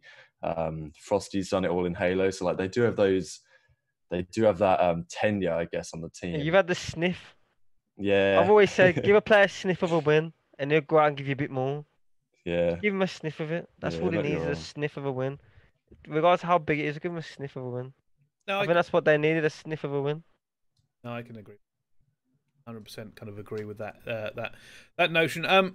Let's talk a little bit about Toronto Ultra then, because I spoke with Marky last week and we spoke at length, and in fairness to him, I gave him some I'd say reasonably difficult questions, and he answered them in time, because it's I said one of the big critiques about Toronto this year is the way they've chosen to do things roster wise. They took a big risk, and is the only team to do it, that just went, yep, we're taking all 10 players. Let's see how this works. And they've come under fire for the substitutions. They've come under fire for the team not performing as people would like, and it's kind of worked out for them. I mean, just about, and just in time. But I mean winning the last event before champs. I'm not is necessarily no small saying thing. it was.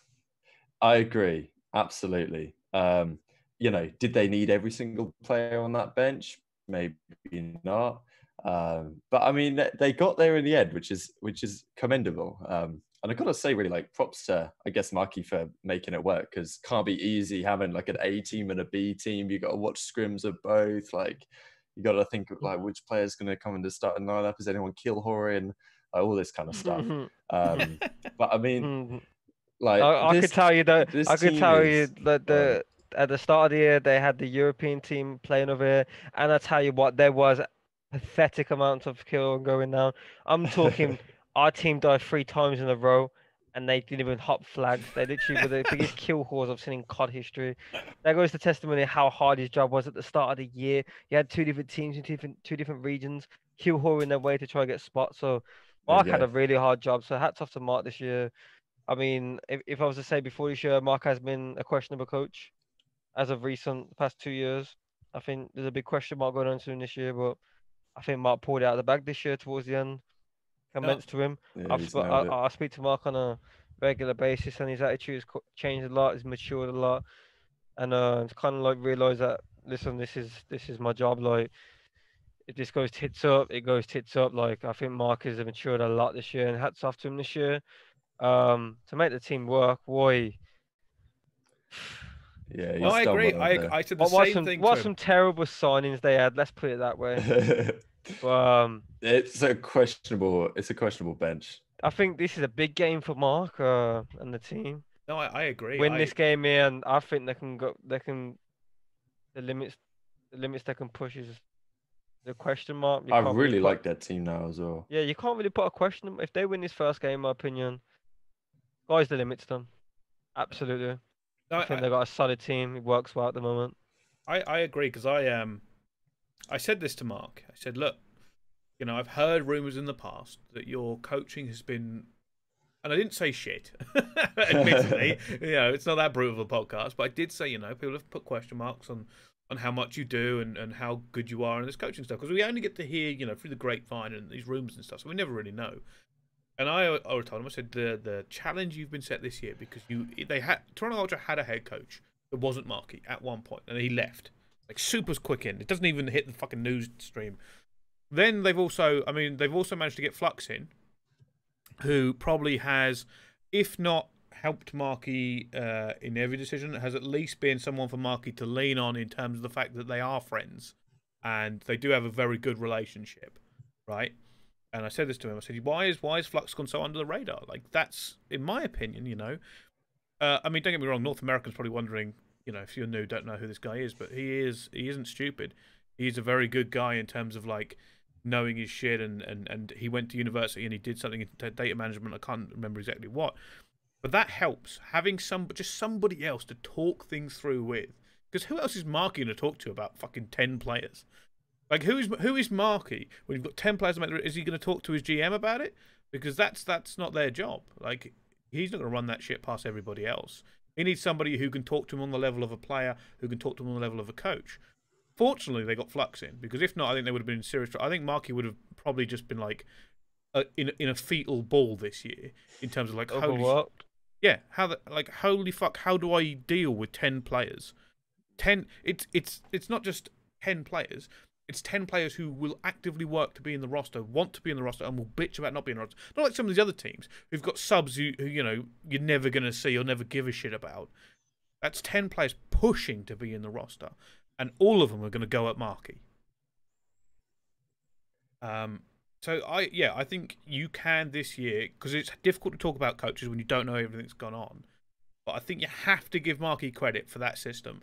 And just not, you know, leaving or having a mental breakdown. Just that, I think, is credit enough. But some of their signings this year. So Ben Bance, I want to talk about because I talked about him before, and I like Ben, but his stock was through the floor. People didn't think I didn't think he was going to get on a team this year. I told him he was good enough to get on a team, and I thought he should have been. And it was touch and go, so I was worried about him. I didn't think he would make a roster this year because of how shit on his reputation had been. And fair credit to him, he's looked pretty damn good these last few events, consistent these last few events, in my opinion. He's been crucial. I mean, to be fair, a number of those players have been crucial, but like he's been part of that like SMG line, which actually, when they're all firing, can be right up there as like one of the most competitive like front lines in the game, to be honest. And I mean, yeah, honestly, I can't give enough credit to, even before Kleenex came into the team, to Ben and to Cammy, like Cammy, especially the last couple of events, like Sniper in Search, in the respawns. have just been superb. Like Cammy MVP, baby. Probably the MVP the last few events, to be fair. Banter's done what he needs to do. Classic, after what his stock was like. I mean, obviously, like people are going to play with Classic because it's Classic, but like after where his stock was at the end of last year, like where he only won an event with a Rampart and was pretty terrible the whole year without it. Like he's been much improved this entire season. Methods is just do what Methods does. And then like I guess since Kleenex has joined the team, they've been, I think they have like the second best win percentage in the league since he's joined. Which I mean, you know, that was an interesting signing, right? Because that's pretty much off the back of that one single clip that he did against Envy at, on Singularity at Black Ops 4 Champs. But I mean, it works out, and it's interesting to see that that is the solution, I suppose. Like if you look at this starting five that they have now and think at the start of the year, and they've got Looney on the bench, they've got Brack on the bench, you know, Mayhem, I don't think was ever really going to be there, but Lucky and Metals, like they've tried some of them. I think they've got such good subs in terms of Brack and Loney, by the way. Like if imagine Champs wasn't now, imagine we had a shit ton more homestands. Like he could experiment more and go, you know, well we could throw some shit at the wall, see what happens. I mean, you never know what the game's going to be like, innit? Like if we're playing Black Ops 4 again, then I guess we chuck Brack in and maybe Lucky, but or maybe Metals, who knows? But yeah, it's just taken a long time to get it all figured out, right? And the question is, I suppose, next season, like, you know, are we going to have another roster like shuffle to the point where we need a new starting, and how long is it going to take for them to get it together? Because they've got it together now, they won an event, they've got maybe a chance to make a run at champs, but by the skin of their teeth do they make it to the winners bracket? Yeah. So they could have done with another couple of months, to be fair, of the season, as you say. We could have done with another couple once to see where this team goes consistent wise. Like I don't know how consistent it's going to be going on, but full credit to Toronto, they did win the last event before champs. And they did do it in kicking, you know, the big scalps. Like they didn't just, you know, have an easy thing. Oh, you know, they've beaten basically nobody. All the big teams. Yeah, they beat some big teams. So I think realistic for Toronto, and I said this before, right? Toronto have beaten teams that you're like, oh, that's who you need to beat. If you want to make a name for yourself, that's who you've got to beat. So I'm very curious in terms of the fact, like, how good do we think Toronto are in terms of like moving forward into this event? Because I think they should be really quite high in it. Yeah, I mean, Marky just saying in the chat there about how issues getting people back to Toronto set them back, which certainly is fair enough as well. I mean, I don't know, like I really like this team right now. I think they showed a lot of potential. People obviously at the time were talking about the Pristini Tornado thing, that they won that map 4 whatever against the Huntsmen, and everyone's like, oh, you know, it's like fake win or whatever. And then they go on to just bop the next couple of teams they play in Dallas and Atlanta. So yeah, obviously they had to win those series, or those were must win in a sense for them to get into the bracket, and Dallas and Atlanta not so much. But yeah, I mean, they come in with actual pedigree, right? Because if I'm looking at this series against London, and like I'm trying to choose a favorite, if there's someone as well who I'm going to pick as like, because this could come game 5 round 11, like I wouldn't be surprised that happens.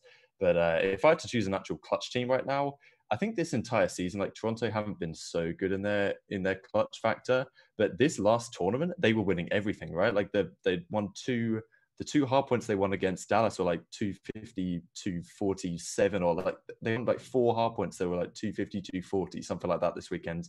Game 5 round 11 methods 1v2. Like somehow their clutch factor has just gone through the roof this last event. Yeah. And if they keep that up, like I'm going to take them to beat London here, just because I think that's what it might come down to, frankly. Yeah, I mean, like I said, you know, you don't beat the Chicago one is one of the ones that people are naturally towards, but still they still won the other maps. It's not like they got all the maps given to them, and then they beat, you know, Dallas and Atlanta. Like it's not like it's you're sitting here going, oh, who's some not of the many favorites? teams can do that right now. Who's some of the favorites to win the World Championship? Well, you've just named 3 of them. The 3 teams that are favorites to win the World Championship that is coming off other playoffs. Toronto beat them in the very last event. That is seriously scary for anybody. Like, because all they got to do is do it again. They've already done it once. They've got to do it again, and they're champions. So they are riding super high right now. Let's talk about who we think's going to win then. London versus Toronto. Rab, who you got? As I say, I think I'm going to take Ultra in like a game 5. Yeah, I don't really want to do it, but I think I think they have to be favorites right now. Oh yeah. Did I miss one? So something coming new. Say again, Madcat? Girlfriend's coming new. Sorry, did I miss anything? We're talking about who's going to win London, Toronto. Who do you think? A hard one because talent-wise, I say London, but preparation goes to Toronto. I think it's one of the. So Talent, preparation, any other card to take preparation of a talent, Modern Warfare, throw up in the air, boom, you know. Yeah. I don't know. I think I'm gonna have to go with bars to say London, but I think preparation-wise, Toronto are probably the better prep.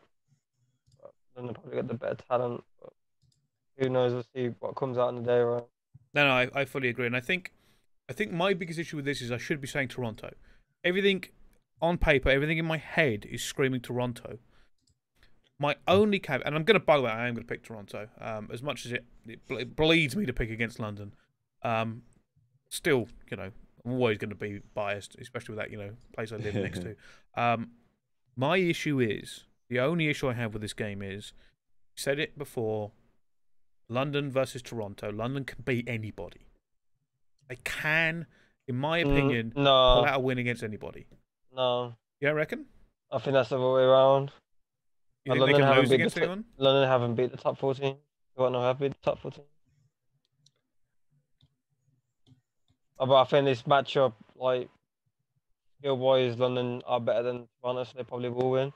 But if we're talking longevity, like, making a run in this tournament, it has to go to Toronto. Like, I think this is the one game they kind of have to beat, where the talent's probably so favored stacked into on one side. Obviously, you got like teams like Dallas and FaZe go the same way. Yeah. But I don't see London beating your FaZes, your Dallases, but I see Toronto beating them. That's insane to think of, actually. That's a really good point. But that just comes down to, like, it has to be down to prep. It has to be prep, boys. Because no way that Toronto are worse than London in terms of talent, but Toronto can go out there and beat top 4 teams, but then you can't. That shows to me that you're not prepared to beat them as much as they are. Yeah. Maybe you prepared to beat them because you're more skilled than them, but they're prepared to go beat other teams because you're not prepared to beat them other teams. No, I like that. I like that answer. I'm still going to pick Toronto because I feel like, if not, I would be going against everything I've said in the past. Right? I cannot pick against Toronto here because they won the last event and they took some big names for it. I'm hoping that gives them a big boost. The only negatives for them that goes against Toronto here is that London should have, and you spoke about preparation. If London haven't gone over every single one of those games with a fine-tooth comb and just dialed in, because they've just, it's recent. Every single map, just over and over again, just get through that first round, and because you can, right? You can just dial in and go, right, we can watch, a dozen maps of Toronto. We can figure out everything we need to, and then we can prep to beat them first. And they should have done that. But I'm still going to pick Toronto, and we're going to move on. All right, so in terms of our bracket, Chicago are the next team to talk about. And on our bracket, we've picked New York to go against them, but let's talk about the Chicago team. Right, Chicago Huntsmen. The weird season for these guys, I think. It is a weird season. Yeah, it's like, okay, you've got Gunless in the start of the season. Are you expecting that to last the whole season without issues? Maybe, maybe not. Probably not. Like, I mean, when they won the past 4 event, games, he's been dropped or benched himself. Yeah, or benched himself, exactly. Every year. So yeah, looking at it like, this guy's got a reputation for not staying in the same team for the whole year. Like, yeah, I mean, even if you don't look at the other factors, like, that is just what it is. Like, even if you don't think about reasons and, like, maybe the rest of his teammates not going so hard or whatever it is, like, that's just the fact of the matter. And yeah, like, that is always a risk. And when they won that first event at the London Home Series, I was like, okay, what is the trajectory for the Dallas Empire, the team that they beat there, and then the Chicago Huntsmen, right? And, like, it was pretty clear that the Dallas Empire with the team on the upward trajectory with the 3 young guys just coming into the game, and the Chicago Huntsmen almost felt like a ticking time bomb at times. And then you've got Arcetes talking about how, okay, well, Scump is streaming and that kind of detracts from our practice and it's, not ideal. And then we get the whole Gunner situation goes down. Seems like they want to drop him. Pristini then comes in. Initially, that works. They win that event where they beat London in the finals. Pristini was unbelievable in that like 3 AR meta that we had at the time. Then it goes kind of back to a 2 AR meta. Pristini hasn't been performing quite as well in terms of stats. It's just a squad which I guess it was expected to be competing for championships, but right now I think that it would take quite a run for them to do it. They can certainly do it. There's no doubt about that. But I do have them somewhat significantly lower in my power rankings than Atlanta or Dallas. Definitely have a lot of talent. Definitely make a run. But it just feels to me that there's something slightly off in that team. I don't know if it's I don't exactly know if it's what impact online has had on that. But yeah, they're not quite the same force they were early season on LAN. And since Gunless is gone, maybe they don't quite have that spark that they did. Yeah, I agree with Rab. Like online, like you got people like Scump and Formal. You Yeah, guys been playing for like Formal's probably been playing for over 10 years FPS. Like, have you got the motivation to be playing online? Like with how online is, and especially saying like maybe as much as you say, look how big the league is. Like these two have got more money than sense. So like the money's probably not a motivation, but them guys love LAN. They love compete at the highest level. Online just doesn't feel like it probably for them, and probably not as good as they should be. Like Formal, you expect high things out of them, not getting it. Envoy, Route Man, he's probably not going to carry the team. Dini, always been inconsistent. RC is consistent, but probably not going to get you the win. Not enough in this game to carry that amount of 5v5, especially if you've got players that don't really want to be there in terms of playing line. Do you think, especially for the players you've mentioned, like, do you think that the online has affected them more mentally than just yeah? Because like we know Scump lives, you know, his passion and all that sort of stuff. It's probably the same with Formal. They just want to get onto an event. They want the main stage. They've done it so many times during their careers that they either struggle to dial in or just have less of a passion for playing these games in the comfort of home. Yeah. Yeah. That's yeah. It's interesting. This team is interesting because obviously, you know, I mean, apart from the fact that, you know, I'm sure many people would like them to be in the final because they're going to double the viewership numbers. It's just, I said at the start of the year, I don't know how Huntsmen were able to build this team in the luxury bracket. How on earth do they get these players? I just don't understand it. There's no, like, unless, you know, X formed some sort of pact with Satan and went, yeah, we'll give us some low so we can get the rest in. And obviously Scump was going to go with Hex regardless. But I mean, the Gunners thing's also super interesting because I've never known of a player that talented to continually basically looks like he's trying to just drop his own stock if he can. Looks like if it was a stock market and he was on it, he'd be done for insider trading. Simply because every single year he's supposed to be a phenom, and he is, and then God, I don't know what happens, but he's dropped, he's benched himself, he's gone off the reservations. Like, I don't think he's won like an event in February the last like 4 years or something, man. Yeah, I don't think he's come to the realization you can't win them all. I think that's one thing that he needs to get his head around, and that's one thing at one point I had to get my head around when I played like at the height of my career. Like, you can't win them all. yeah. And you can't sit there and bitch when you don't win them all because, like, as much as you can try perfect it, you can't win them all. Like there is highs and lows, and majority of time in a competitive environment or competitive tournament league, whatever, you're gonna be more lows and highs because there is people out there gunning for the same thing you are, and they're probably just as good as you are. Yeah.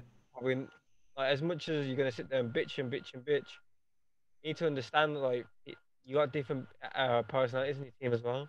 Yeah. Like, as much as they might be grown men, this is a mentally taxing thing that you're doing. Do you think that maybe like that's? I mean, we spoke about this before, but like mental wise, you'd like to see more done with players, like especially with Gunners. I feel like he would benefit from it, just in the terms of getting him over that hump. And I'm sure there's sports psychologists who would love to work with him and be like, "Yo, I've seen this before. You know, we always deal with very competitive people. That's where all sports players, everybody, all the biggest guys are ultra competitive. Gunless clearly is as well. Clearly got that mindset. I don't think so. I think it has to be done early on in careers. I really. I mean, I think you can say. When people are so far into their careers and they've been doing something for so long, it's kind of just stuck in them. I mean, they can. I think that's up to them to mature. I don't think you can get someone else to do it for them, especially in COD. You need to do it yourself. You need to grow up. And that's one thing that comes with COD is that a lot of people are still very mature. They haven't really grown up, so I think a lot of it comes with growing up. I know it did with me anyway, just growing up as a person. No, I think that's a fair point. All right, this Chicago team then. There was a point where it was like, oh, this is going to go, bananas. This is going to be one of the greatest, teams this year. We all thought it was going to just kick off. They're coming against, technically, if we predicted it right, New York in this bracket. How do we think they do against New York? I mean, my take is this is like very, very possible that New York win this.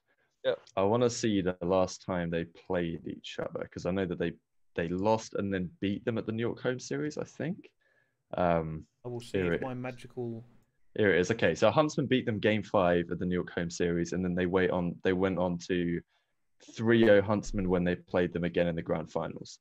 So yeah, I mean, for me, I think Subliners have a great chance here. I think a lot of people have kind of been saying that maybe, like, one thing to consider here, I suppose, is the way this the tournament works. And like, there's only 2 matches per day, so maybe momentum doesn't count for as much. Because one thing you could say is that okay, Chicago come in and kind of cold, I guess, and New York have just won a series against Minnesota. If that's how it goes, then again, the series are going to be played on separate days, so it's not quite the same. But I think that might count for something. Like Chicago don't always start off tournaments hot, I don't think. And I think, honestly, if anything, New York want to win this one more than Chicago do, like, just to put it like that. So, yeah, I can definitely see this being, going to a Game 5, if not New York win it in a Game 5 or even quicker than that, just based off the last time these teams played. And yeah, I think New York have been really grinded in preparation for champs there. So I'm actually going to probably take them in like a Game 5 or something like that, maybe even a 3-1. Interesting. It's interesting in terms of the stats, because I've been looking up the head-to-head. I have the head-to-heads in terms of how it works out, and it does slightly favour New York over the last 4 events where they've played each other. They've won all the dominations against them. They've 67% of the hard points and 33% of the S&D. So technically, Chicago have a better S&D record against them. Which is curious, depending on how that kind of moves forward and where we get to, because it does look like they could end it in 4. But I don't know, man. I feel like if for me it's this kind of cognitive distance of, oh, is it going to be New York? Now they're kind of on the ascendance, and Chicago Huntsmen. It almost feels like they're going like this, right? It feels like these 2 teams, and maybe they're crossing. Where is this point? Is New York now better than Chicago, or if Chicago managed to recover a bit from some disappointing results? I said Toronto Ultra, they lost against the Ultra, admittedly. Before any Huntsman fans jump on my neck, I know there was a 4v5. I get it, but then they went and got slapped by OGLA 3-1. So, is it one of these ones where Chicago are not fully the team we think they might be, and against New York, a New York team who have been performing, that they might struggle? Madcat, what do you think? I got New York on this one. 2 for New York. You know what the funny thing is?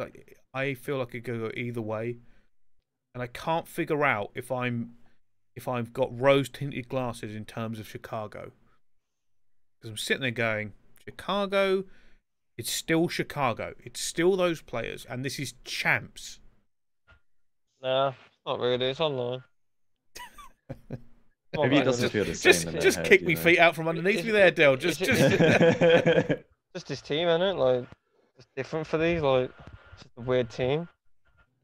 Wait, the team just stinks of money. Huntsmen stink of money. It's an interesting The team way just to put. stinks of money, so look, I can't argue with it. I'll tell you what I'm going to do. I've been overruled anyway. You both have voted for New York, so I'll pick Chicago just to give a little bit of the offside You could chance. be right. Yeah, somebody's right. Then let's move on. Let's talk about the Florida Mutineers, because they're on the other side, and we have picked them to go against Toronto. But let's talk about that team, because we only got 3 teams left before we end this bad boy.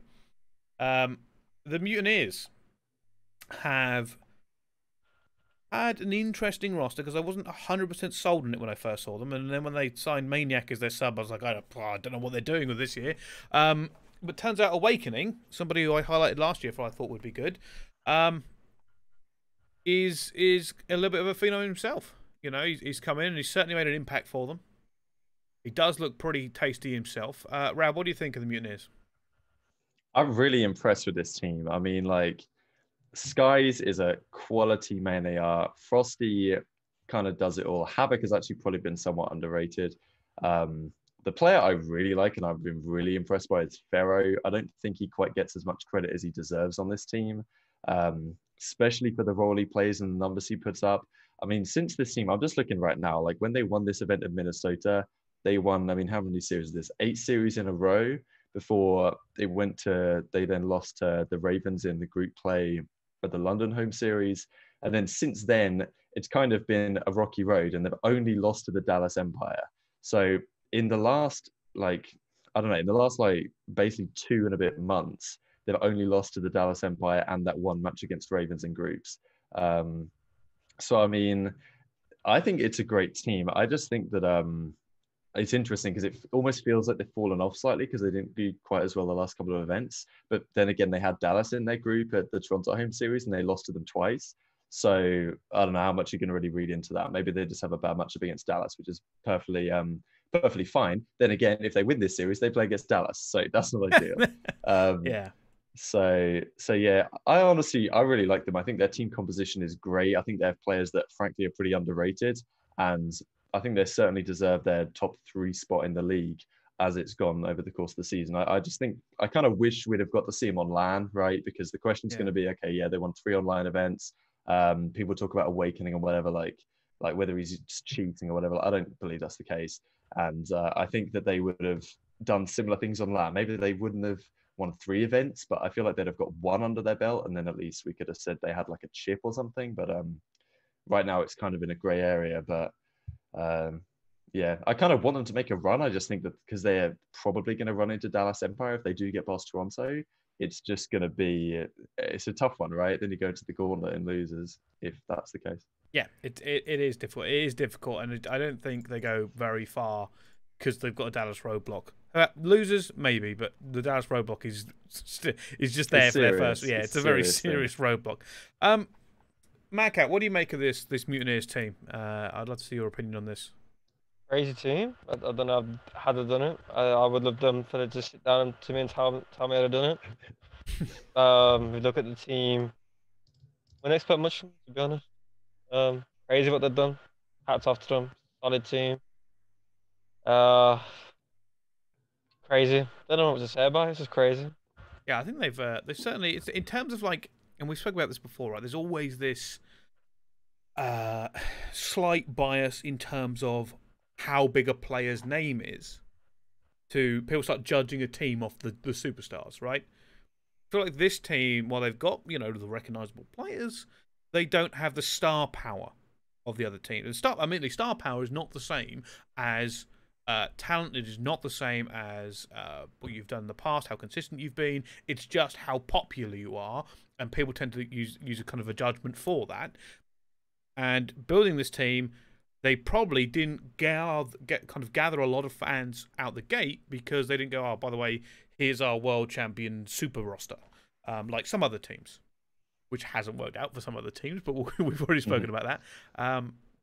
So yeah, you know, I think credit where credit is due. Ogre 2 obviously knows how to get wins, so he has done well. And while, you know, I can criticize him and I will criticize him for picking Maniac up as a sub. I don't know what I exactly. wouldn't, I wouldn't put too much emphasis on probably the staff in that one. You don't reckon? You don't think? No, Okay. I think you're taking away from the players a bit too much. No, no, Don't ga no. Full credit to the players. I just don't think gas it too much. I mean, he's only the GM. Like, if anything, you go to the coach. Like, as much as you might sit there and gas on Twitter, like that's not. do you not. I'm giving the players full gas for this one. They're the ones that go out there and play right. Like, Oh no, I don't want to come across as. these aren't the most talented players. They've done something themselves. Like, No, I apologize if it come across like that. I was more saying, I think maybe that people have overlooked the fact that because I don't, Ogre 2 may not know a lot about playing COD, but I think there has to be something said in terms of his knowledge of being a champion. It's not like he is. Get Frosty in, innit? I don't know about that. I don't know about that. I don't think it's the factor. I think it's a factor. I don't think we should overlook it. The fact that he may have had a positive influence on the team.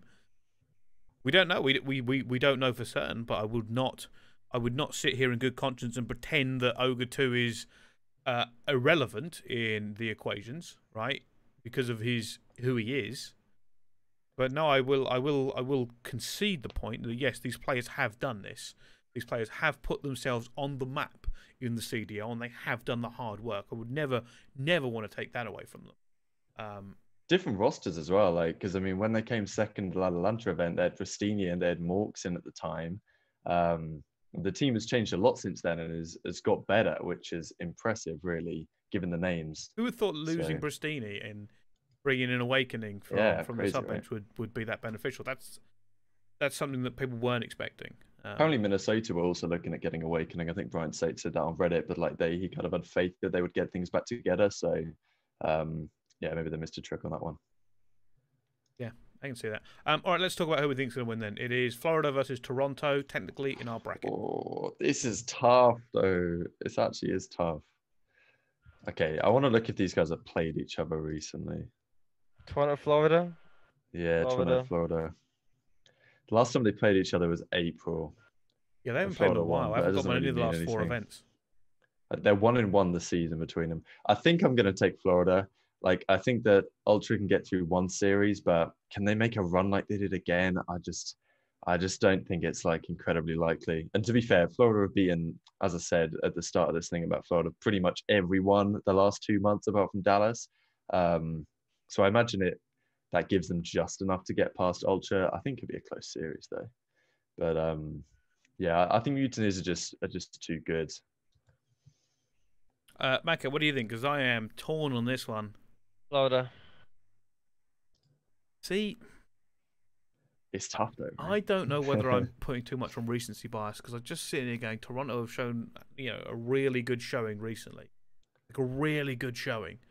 So the war in my mind is, how much weight do I put on something that is recent and has just happened, which can't be ignored, versus consistency over the season? I think Florida have a better track record than Toronto.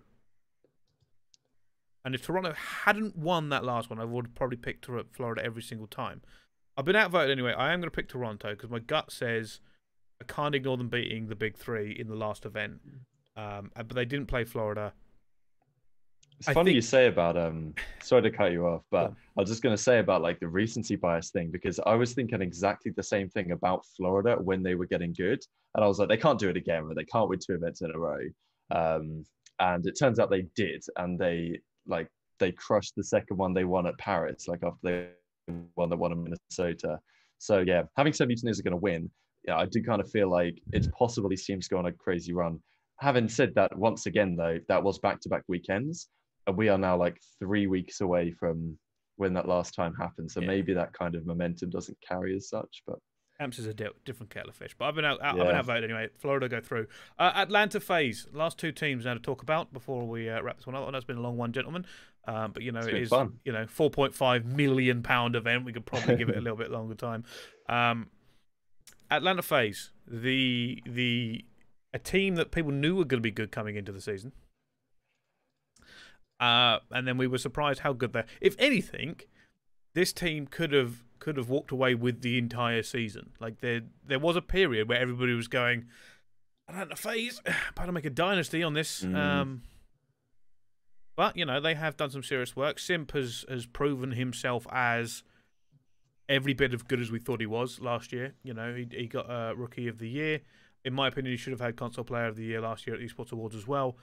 He was robbed. He is quite simply a phenom. And the rest of his team have risen to meet him. This is a game that has suited them down to the ground.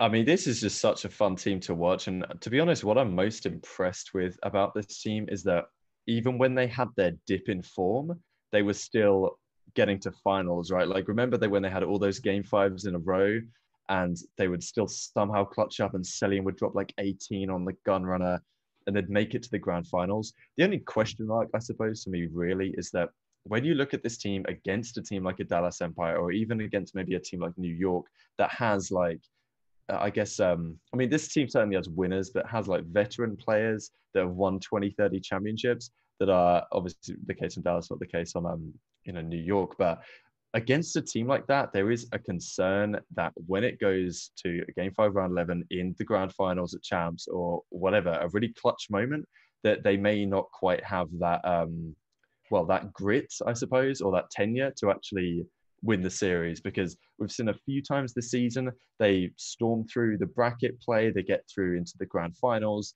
and then they lost to the grand finals against Dallas at the Chicago event, they lost in the grand finals to Florida 2 events in a row at Minnesota and Paris, lost in the grand finals most recently to Ultra in the game 5 round 11 1v1 1v2 situation. So that is the only question mark to me. I think these guys have certainly what it takes. The team cohesion makes so much sense. The role dynamic works fine. They have Simp and Abizi, the best SMG duo in the game, maybe the best SMG duo the game has ever seen. And but the question is to me, when it comes down to the grand finals, and I think they will make it to the grand finals, can they get the job done? That's my piece on FaZe. Yeah, I think one. I just want to bring up some stats here for them because their stats haven't been lightning the last few, but they haven't actually won an event since Florida. But they have gone. Here's what's happened. It's gone Florida win, Minnesota second, Paris second, New York third and fourth, Toronto second. So like these guys are a bit. It's been a little while since that win has come on the board. So they've looked less, kind of unbeatable. In terms of they've got a 60% win ratio in maps. Their best game mode apparently last 4 events is Hardpoint, 67%. Pretty good Hardpoint record. The S&D is neither here nor there at 53, and then Dom is, they've got a positive record, but they're not good at Hackney Yard. They've won 1 out of 5. So it's an interesting one for them in terms of, are they going to be consistent enough to get the wins? Who are they going to play in that final? I think this team is going to the final. I just don't know whether they can get over that hump of consistently losing in those finals versus basically everybody. It's an interesting one for me. Dill, I'd love to get your opinion on this. What, the FaZe team as a whole? Yeah. What do you think of FaZe? Unbelievable team. Techers all around. I don't know what else you could say about them. It is unbelievable players. Just crazy. Dip in form. Team's probably caught up to them. But I don't see him losing to anyone in this tournament bar Dallas. No, I can. As the only team that's gonna come close to him. Yeah, I can see that. I think realistically, Atlanta FaZe, while maybe not the juggernauts they were at the start of the season, it's not like it's a dip. It's like a small. That's it. It's like an inch. They've gone down. Yeah, like maybe 1 or 2 teams can now finally beat us. But... Yeah. That's it. It's not a dip in form. It's okay, this is more of a level playing field now. Everybody kind of knows how you're going to play. We can kind of mix it up with you two. And I think we've got New York going against them here in our bracket. And I can move straight onto this because I don't think there's a ton you can say about Atlanta FaZe other than they've just been rocking the season. And, with that many, their average placing is probably 1.5. So New York versus Atlanta FaZe, how do we think that's going? I've just looked through their matches against New York this entire season. Yeah. Home weekends, beat them 3-1. Chicago home series, beat them 3-2, game 5. Florida home series, beat them 3-2, game 5. Paris home series, beat them 3-2, game 5. They've played them 4 times, won all 4 times. The last 3 times have been in a game 5. I just think the same story repeats itself again here, to be honest. New York are easily a good enough team to take FaZe to a game 5, but am I going to predict FaZe to lose a game 5 early on in the tournament? I don't think so, to be honest. And, you know, I agree with what Madcat said entirely. I think FaZe are just a team that, even if it comes down to the wire, if it's not a grand final, which is where the question marks start to arise, their clutch factor in the Session Destroyers has been unparalleled on every single map that they decide to play. So, yeah, I think they win this one again. Game 4, maybe game 5. It does depend, because FaZe can easily smoke you in the hard points as well. That's what's so scary, right? Like, you think about them winning all these game 5s, but if they, you know, if they start to have like a 65% win rate in their hard points again, then it's just going to be really, really tough to match. So, yeah, I'm going to take FaZe to win this one. Yeah, I kind of agree with that. I actually just went and quickly looked up, you know, what exactly the the stats are, and it looks like they just body them on S&D. Atlanta FaZe has got a really solid S&D against them, and that's terrifying for New York. I don't know. I don't think I don't think Atlanta FaZe lose to New York. I don't think the Chicago game would be more interesting in my mind, if they did end up playing Chicago. Yeah, possibly. Because that's not been for a while. But yeah, we'll see how that one goes. Madcat, who you got? FaZe versus New York. FaZe. I don't see him losing to anyone bar Dallas. Any team I can see him losing to. Fair enough. That moves us on nicely to our next segue then. Dallas, who we've got going up against the Mutineers. But let's talk about this Dallas team, the Empire. Certainly a fan favourite team.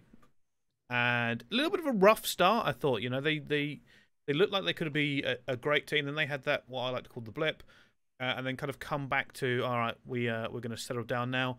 Probably some of the big news for them this year as well was having Rambo join them as head coach, because I don't know who else would even entertain it. I mean, imagine any other coach or just any coach who's trying to sit there between Crimsix and Clay and try and coach them. It would be so difficult. So, you know, I think Rambo's probably one of the only ones they would actually be able to kind of get on the grind with and sit down and talk to. Not that I think that Clay and Crim, by the way, are uncoachable. I just think that they're just very intimidating in terms of trying to talk Call of Duty to this much championship player, you know, personified. Rab, what do you think of the Empire? I think this team is so much fun. I really enjoy watching them. I think they have a great team cohesion. I think they're built for the future in the correct way. Like, I think this meta change has helped them as well. The fact that you can now have Crim and Clay on the ARs, like, that's definitely to their advantage, because I think Crim with an MP5 has, you know, always been questionable. Like, even when he was running it back in World War II, right, when he had to pull out the PPSH and be Scumps SMG duo, like, that was not the play. So that's helped them massively. I think that Illy is, to be honest, Illy and Hugh both don't get enough credit. Like, Shotzi gets all the praise for good reason, for sure.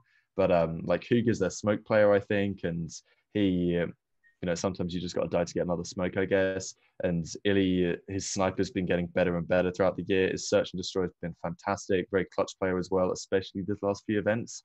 So yeah, I really like their team dynamic. I think the way it's put together is great. I think Rambo has certainly been an addition to the team since he's joined them.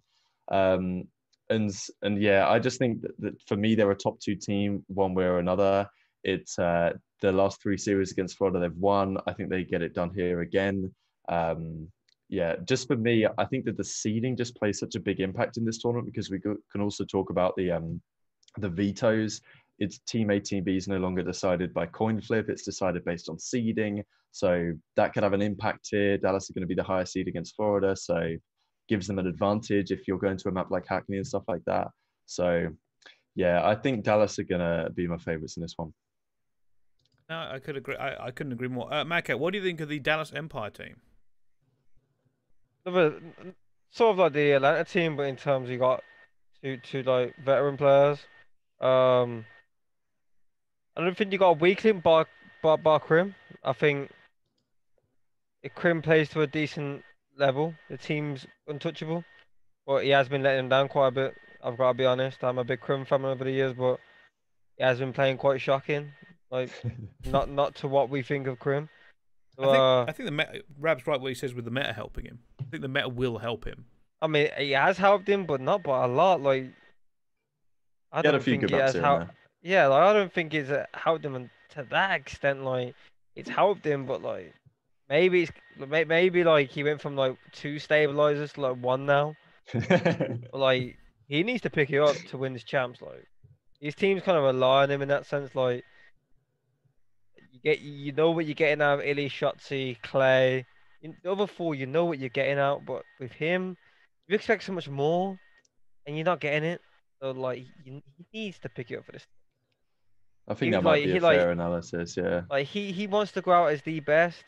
This tournament will put him as this will take him higher than this tournament will like end the discussion of who's the GOAT of COD.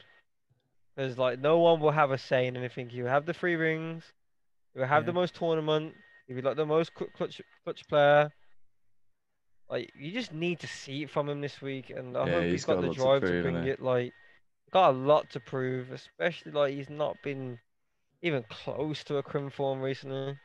Yeah, So we didn't see full Crim. I think that's it's a really interesting point. You know, he? Yeah. of all the players on this roster, you wouldn't think we'd be speaking about Crimsix towards the end of the year, coming into champs, going, well, he's the player who needs to step it up, not the X factor, not the best player on the team, but a player who, you know, really needs to get his mind right and get into this one, because you are right, it's legacy on the line, and while you can't take anything away from Crim, there is a significant difference from crashing out of this event and just carrying on as normal to winning this event.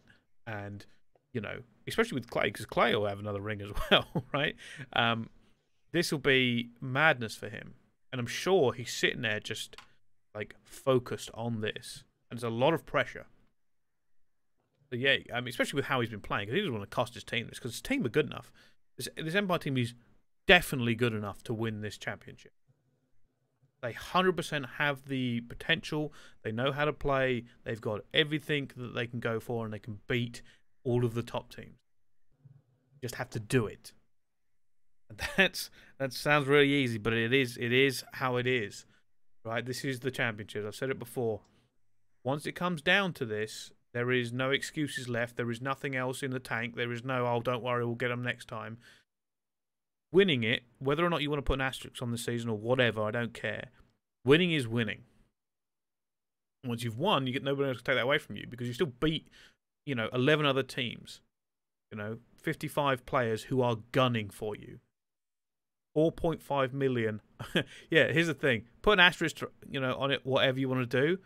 But there ain't no asterisk on your bank account. Right? Ain't no bank manager going, oh, I see you've put another, 300k in your bank account. Obviously, I will put that on the balance sheet with an asterisk. They ain't going to give a fuck. That 300k is going to feel just as nice as it would be any other way. That's a significant amount of money. It's a significant amount of opportunity to be a world champion. And I think, as much as people have enjoyed shitting on stuff recently, it's still an opportunity that people would kill for. And I know this. I've been at every single World Championship working, and it is a different kettle of fish. Obviously, this year is going to be slightly different because you're not walking into a booming arena, but that feeling of is still going to be there. It's still the pinnacle. You've been playing league matches all year. This is the tournament. It's got to feel different. Maybe I'm wrong. Maybe I'm wrong, Dill. I don't know. You played Challengers Champ just a week ago. Oh, well, not even a week ago. You can't compare it, mate. Do you think? Can't compare it. Do you think the pressure's going to be different then? Do you think that this event? Nah, it's at home. Nah. I mean, for maybe someone like Krim. Yeah. Maybe for people who probably ain't got a lot of money. I mean, I'm pretty sure a lot of people have collected the bag this year, so money probably ain't an issue. 300k is a lot of money. I don't think many people have seen that money. Who knows? But you're at your comfort of your own bedroom, so the pressure's probably a bit less than it would be at a live event. Yeah. No, I can see that. The Empire, I think, have had a great year, and I love everything the Empire have done. I'm actually a big fan of their logo. Everything about this team, right? The logo, the way they've conducted themselves, the players. I'm a big fan of Stro. I like their facilities when they could still use them. And now coming into this final event of the year, they're playing the Mutineers, and the problem being is that they have such a good record against the Mutineers, if that's who they're playing. Dallas look like they are guaranteed to keep moving forward in this tournament before we find out whether or not they play another big team. Yeah, I think I would take Dallas over Mutineers once again. I mean, it's a tough one, right? Because typically, like when 3 series in a row go your way, like Mutineers obviously are going to be looking into what they did wrong and what they could change. But fact of the matter is they're 2-9 map count the last 3 times they've played Dallas. So that's going to be a tough one to get over. I think Dallas go through. I think Atlanta go through. And then that really is the series. You know, like it always just comes down to win it. Well, it doesn't always come down to winners finals. This year's different, right? Because we have it's not 2 best of 5s. It's a big best of 9 with a 1-0 map advantage. Yeah. So I think that does, well, it favors the losers team more than it did in the past. Let's just say that. But yeah, that's a big series. I guess we talk about that one next, or unless you want to get a different route. What we are going to do is we'll quickly talk. So let's quickly talk Atlanta Dallas, because that's where we're going with this one. This is what everyone expects, right? We spoke about these teams at length. We know what's going down. Winners final. We're not going any further in the bracket other than that, because it gets a little bit. I've always said it always gets a little bit flaky when you start going too deep into bracketology, because you're basically like always guessing upsets. Yeah, you're guessing like, against a dozen different variables. Then you're basically just going, "Oh, we predict this to win," and then you look like an idiot because it's not even the game you're talking about. Atlanta versus Dallas, then final event of the year. That's who we think is going to be in the winners final. What do we think between these two games? I mean, all out war. Go on. It's an all out war. Like 2 of the best teams on probably the craziest game of all time, with the most random generated spawn system we've seen in the world. Gonna be an absolute battle. So that's who I've got in my final. Gonna be a battle. It's gonna be a good one. Atlanta have a pretty good record against Dallas. I'm not a good fan of the bracket, the format. You're not a fan of the format? No, I don't think the winner. I don't know actually, because even I've been getting boys all over the gas. So I don't really know. I'm not a big fan of the format regardless, but. Well, just putting FaZe and Dallas straight through to round 3, like they get a like, double bye. Yeah. You just gotta give a double best of 5, like.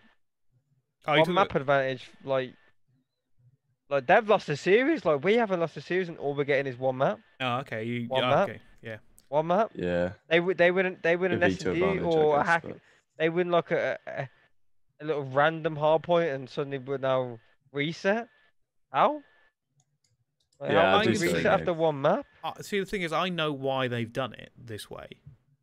I think the reason is right is that double best of 5s kind of suck most of the time. Oh, they don't. Like I think on large, from the ones I've seen, like double for the players and for consistency, I can take your point, Dill. But for watching and especially for casting, I have been part of some shocking. It's competitive integrity. No, I agree with that. They've already wasted their life. Like their life was a best of 5, and they've wasted it. We haven't. So that's why we've got a best of 5 on them, because they wasted one. Yeah, I think that's the compromise they're making with double elims. Like, because I don't think they wanted double elims again. I think we are very lucky to not have a single elimination. There's just not enough COD throughout the year to not do this sort of stuff. Like, there's not enough COD. Like, I don't think I've watched much COD this year. So if you was to take away a champs best, a single elim champs, I couldn't even tell you I've watched much COD.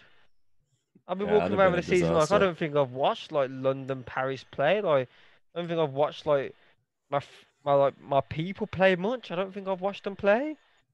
I don't think I have anyway. So to even take more games away from them, I'd be like, did they even play this year? What did they get paid for?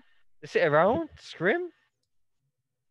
No, I can see that. I just think I don't. While the best of 9, this reset thing, I think it's up for debate. I understand the reasons behind it, even if a double best of 5 could. The problem is with double best of 5 is that most of the time you go into it knowing who's going to come out the winner. Like the winners final is always the best game. It's always the best game. And I've always said it to people because there's a casting thing. We'll go, oh, who's getting the final? And I'm like, I don't give a shit who's getting the winners final, because that game is going to be bananas. Yeah, winners final is always going to be whoever wins it, taking 2 best of 5s off. Unless I've seen some really shocking ones last year. Oh yeah, but like they got like an OpTic, like Envy and that. OpTic in their prime, like they will take 2 best of 5s off. Yeah, what It's Not really like rare though. Like, there's yeah, it's not really many rare. tourneys I Like can name, even outside of champs. Like Rise EG, Seattle World War II. What other ones? Don't know. Back in OpTic like champs.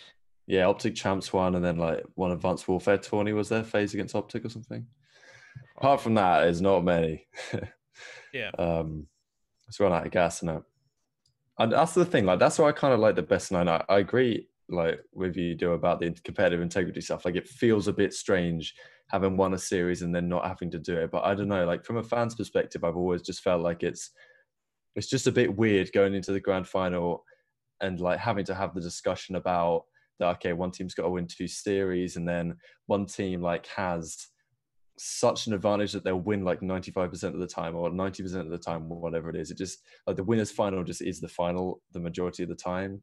So I don't really mind that. Like they've done it in CS as well, where they have like whoever loses a series then comes into the grand final with a 1-0 advantage, but then they're playing like a best of 5 rather than a best of 9. So yeah, it's not as much. So I don't know. As long as like that, the team that comes from winners gets veto advantage, which I don't know if they're actually doing that or whether they're just doing it still based on seeding. So technically, if Atlanta was to lose and make the grand final, they'd still get seeding advantage and only be 1-0 down. Hope that's like not for the okay. vetoes, which I hope is not the case. All right, let's put some on the line then. Atlanta or Dallas? Who wins winners finals? Dallas. I'm actually going to say Atlanta. I think that Atlanta win the winners finals. I'm just looking through their last matches they've played. I'm also going Atlanta Rab just because I've seen the statistics. So I think yeah, I mean they're 1-5 I think this season, Dallas, and like the last time they played they got 3-0'd. That's pretty rough. The time before they lost game 5. I don't know. I definitely think Dallas has what it takes to beat FaZe, but I'm just not sure they can make it work in the winners finals. Like I think maybe Atlanta is a slightly better team. Yeah. No, but I agree with you there. I agree with you there. All right. Let's wrap this up then and do the very last bit, which is just quick fire questions. So keep this very, very brief. I haven't when talked answering. about the grand final though. I haven't talked about the grand final. That's the whole we're not point. going to the grand final because that could be anybody. Oh, we've got loser brackets in. We've got winner finals. What I was going to say, just real quick then, is that like I expect Dallas to match up with them in the grand finals and then give them a better game in the finals. Like I think that they might lose 3-1 or maybe 3-2 or whatever in the winners final. But I think if Dallas rematch, I think that Atlanta will like struggle more in the grand finals, to be fair. I think that's when you like see fucking prime Crim and everything. So I generally think there's a decent chance it's like game 9, round 11 or something. Yeah, this is all fun. There's another podcast next week. They split it into 2 weeks for us, so it's all good. That's a good point. We come back to it. About that. You forgot that this whole bracket doesn't play out this weekend anyway. It plays over 2 weekends. True. All right, quick rapid fire questions. Will this be any player's last tournament from retirement or just being kicked to the curb? Yeah, a lot. Yeah, a lot. Fair enough. Rab? I mean, I guess so. Like, a big question is the 4v4 stuff, obviously. I don't know how likely that is. If that's the case, that's a massive deal.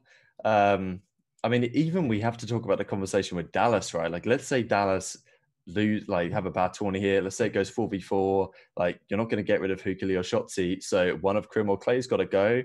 And maybe they land somewhere or whatever, but they land somewhere and then they knock someone else out of their team, and it's a ripple effect. And we've seen a number of high-profile pro players retire this year already, unexpectedly. So this really has been the year of the rookies, I suppose, really the last couple of years. And there's more players on the way all the time. Like the European amateur region is kind of stacked right now, as difficult as it is to get into the North American CDL, unfortunately. I mean, North American I'm seeing is exactly the same. And most teams that have improved this season have picked up amateur players. Like it's going to be tough for some of the guys. Like you look at the LAG, for example, you got like Saints on there, Accra on there. Like, that might be difficult to keep their spot right when they're probably considering an entirely new roster for next season. Maybe a rude awakening for some of these players. Yeah, I think it's going 4v4, and I think people are going to be kicked to the curb because these franchises know a lot more this year. A lot more. Next one. What do London need to get that first chip? Do they need someone else with trades experience, or do Joe, Shane, and Dom need to step up the coaching? I can't really comment on the coaching side of it because I know something, and I'm sure Dill does as well, so I'm not going to say anything. So, Rab, I'll let you cover this one. This is my question, all right. I mean, I don't know. Like, I kind of agree with what Dill said earlier. Like, I don't think it's really on the coaches personally. Like, I think it's, I don't know. I think it's on the players to get over the hump. I don't know if a roster change, I don't know. I feel like it might help them. Like, I just feel like the Shawnee in that role right now is just not perfect for that role. Maybe another player in that role gives them enough firepower. I mean, they had their chance right when they made the grand finals against Chicago, and if they win that, they probably evolve into different players. But yeah, I just don't think it happens here. It's some sort of mental thing, and yeah, as I said earlier, I think maybe 4v4 actually helps them. Maybe they don't even have to make a roster change. Maybe they just move forward with that 4, like minus Shawnee, I guess, if that's how it has to go. No, that's fair. Madcat, anything else you want to quickly chip in with that? Yeah. Yeah, probably not. I didn't think so. I didn't think so. All right, I am going to wrap it up there because it has They been probably a long should have one. got me, but you know. I would love to have seen that deal. I would have genuinely Getting back in. loved to have seen it. All right, I'm going to wrap that up. I thank you so much to our guests, Rab and Madcat, for joining me here. I know it's been a long one. I knew it was going to be a bit of a slog to get through. It's literally one of the biggest events of the year, so I couldn't have done it without the pair of you. So thanks so much. Any last thing you want to say, Rab? No, thanks for having me on. It was a fun one. Looking forward to the next couple of weekends. Interesting format, having it over 2 weekends. But I think it's going to be good for fans, right? Because it means that you don't have to tune in all day and go through the absolute slog that Call of Duty is on a typical weekends. You've got 2 matches a day, Wednesday, Thursday, Friday, Saturday, Sunday, there's 4 games. And then you've just got 3 games on the next Saturday. And then Championship Sunday is just 1 best of 9. So yeah, hopefully the viewership will be good. I know that Miles talked about that they've got some things planned for the broadcast. Maybe we even get some sort of like next Call of Duty reveal or something. I don't think that's particularly likely, but who knows? And supposedly they're going to do like a Warzone thing, maybe playing the champs in like the stadium. So that's something that maybe you talked about ages ago, Bryce, as well. I don't know. I feel like that's a like your sort of suggestion, but yeah, I don't know. I have high hopes for the tournament. I think it's going to be a good crown off to the year. It's unfortunate it's online, but you know, what more can you do? Yeah, certainly. Madcat, any last thing from you? No. It's been interesting to see. It certainly will. Again, thank you so much to those. Thank you to everybody watching and tuning in. Thanks to Jono, by the way, for the statistics. They certainly helped me out in this episode. I appreciate it. Thanks for everybody who followed, and I believe Cantankerous Plot with a sub. So thank you so much. This has been the Bricecast. We've just done the playoff bracket. Appreciate you tuning in for this one. Leave a YouTube comment, subscribe, do all that sort of stuff. Thank you for watching, and we'll see you next time.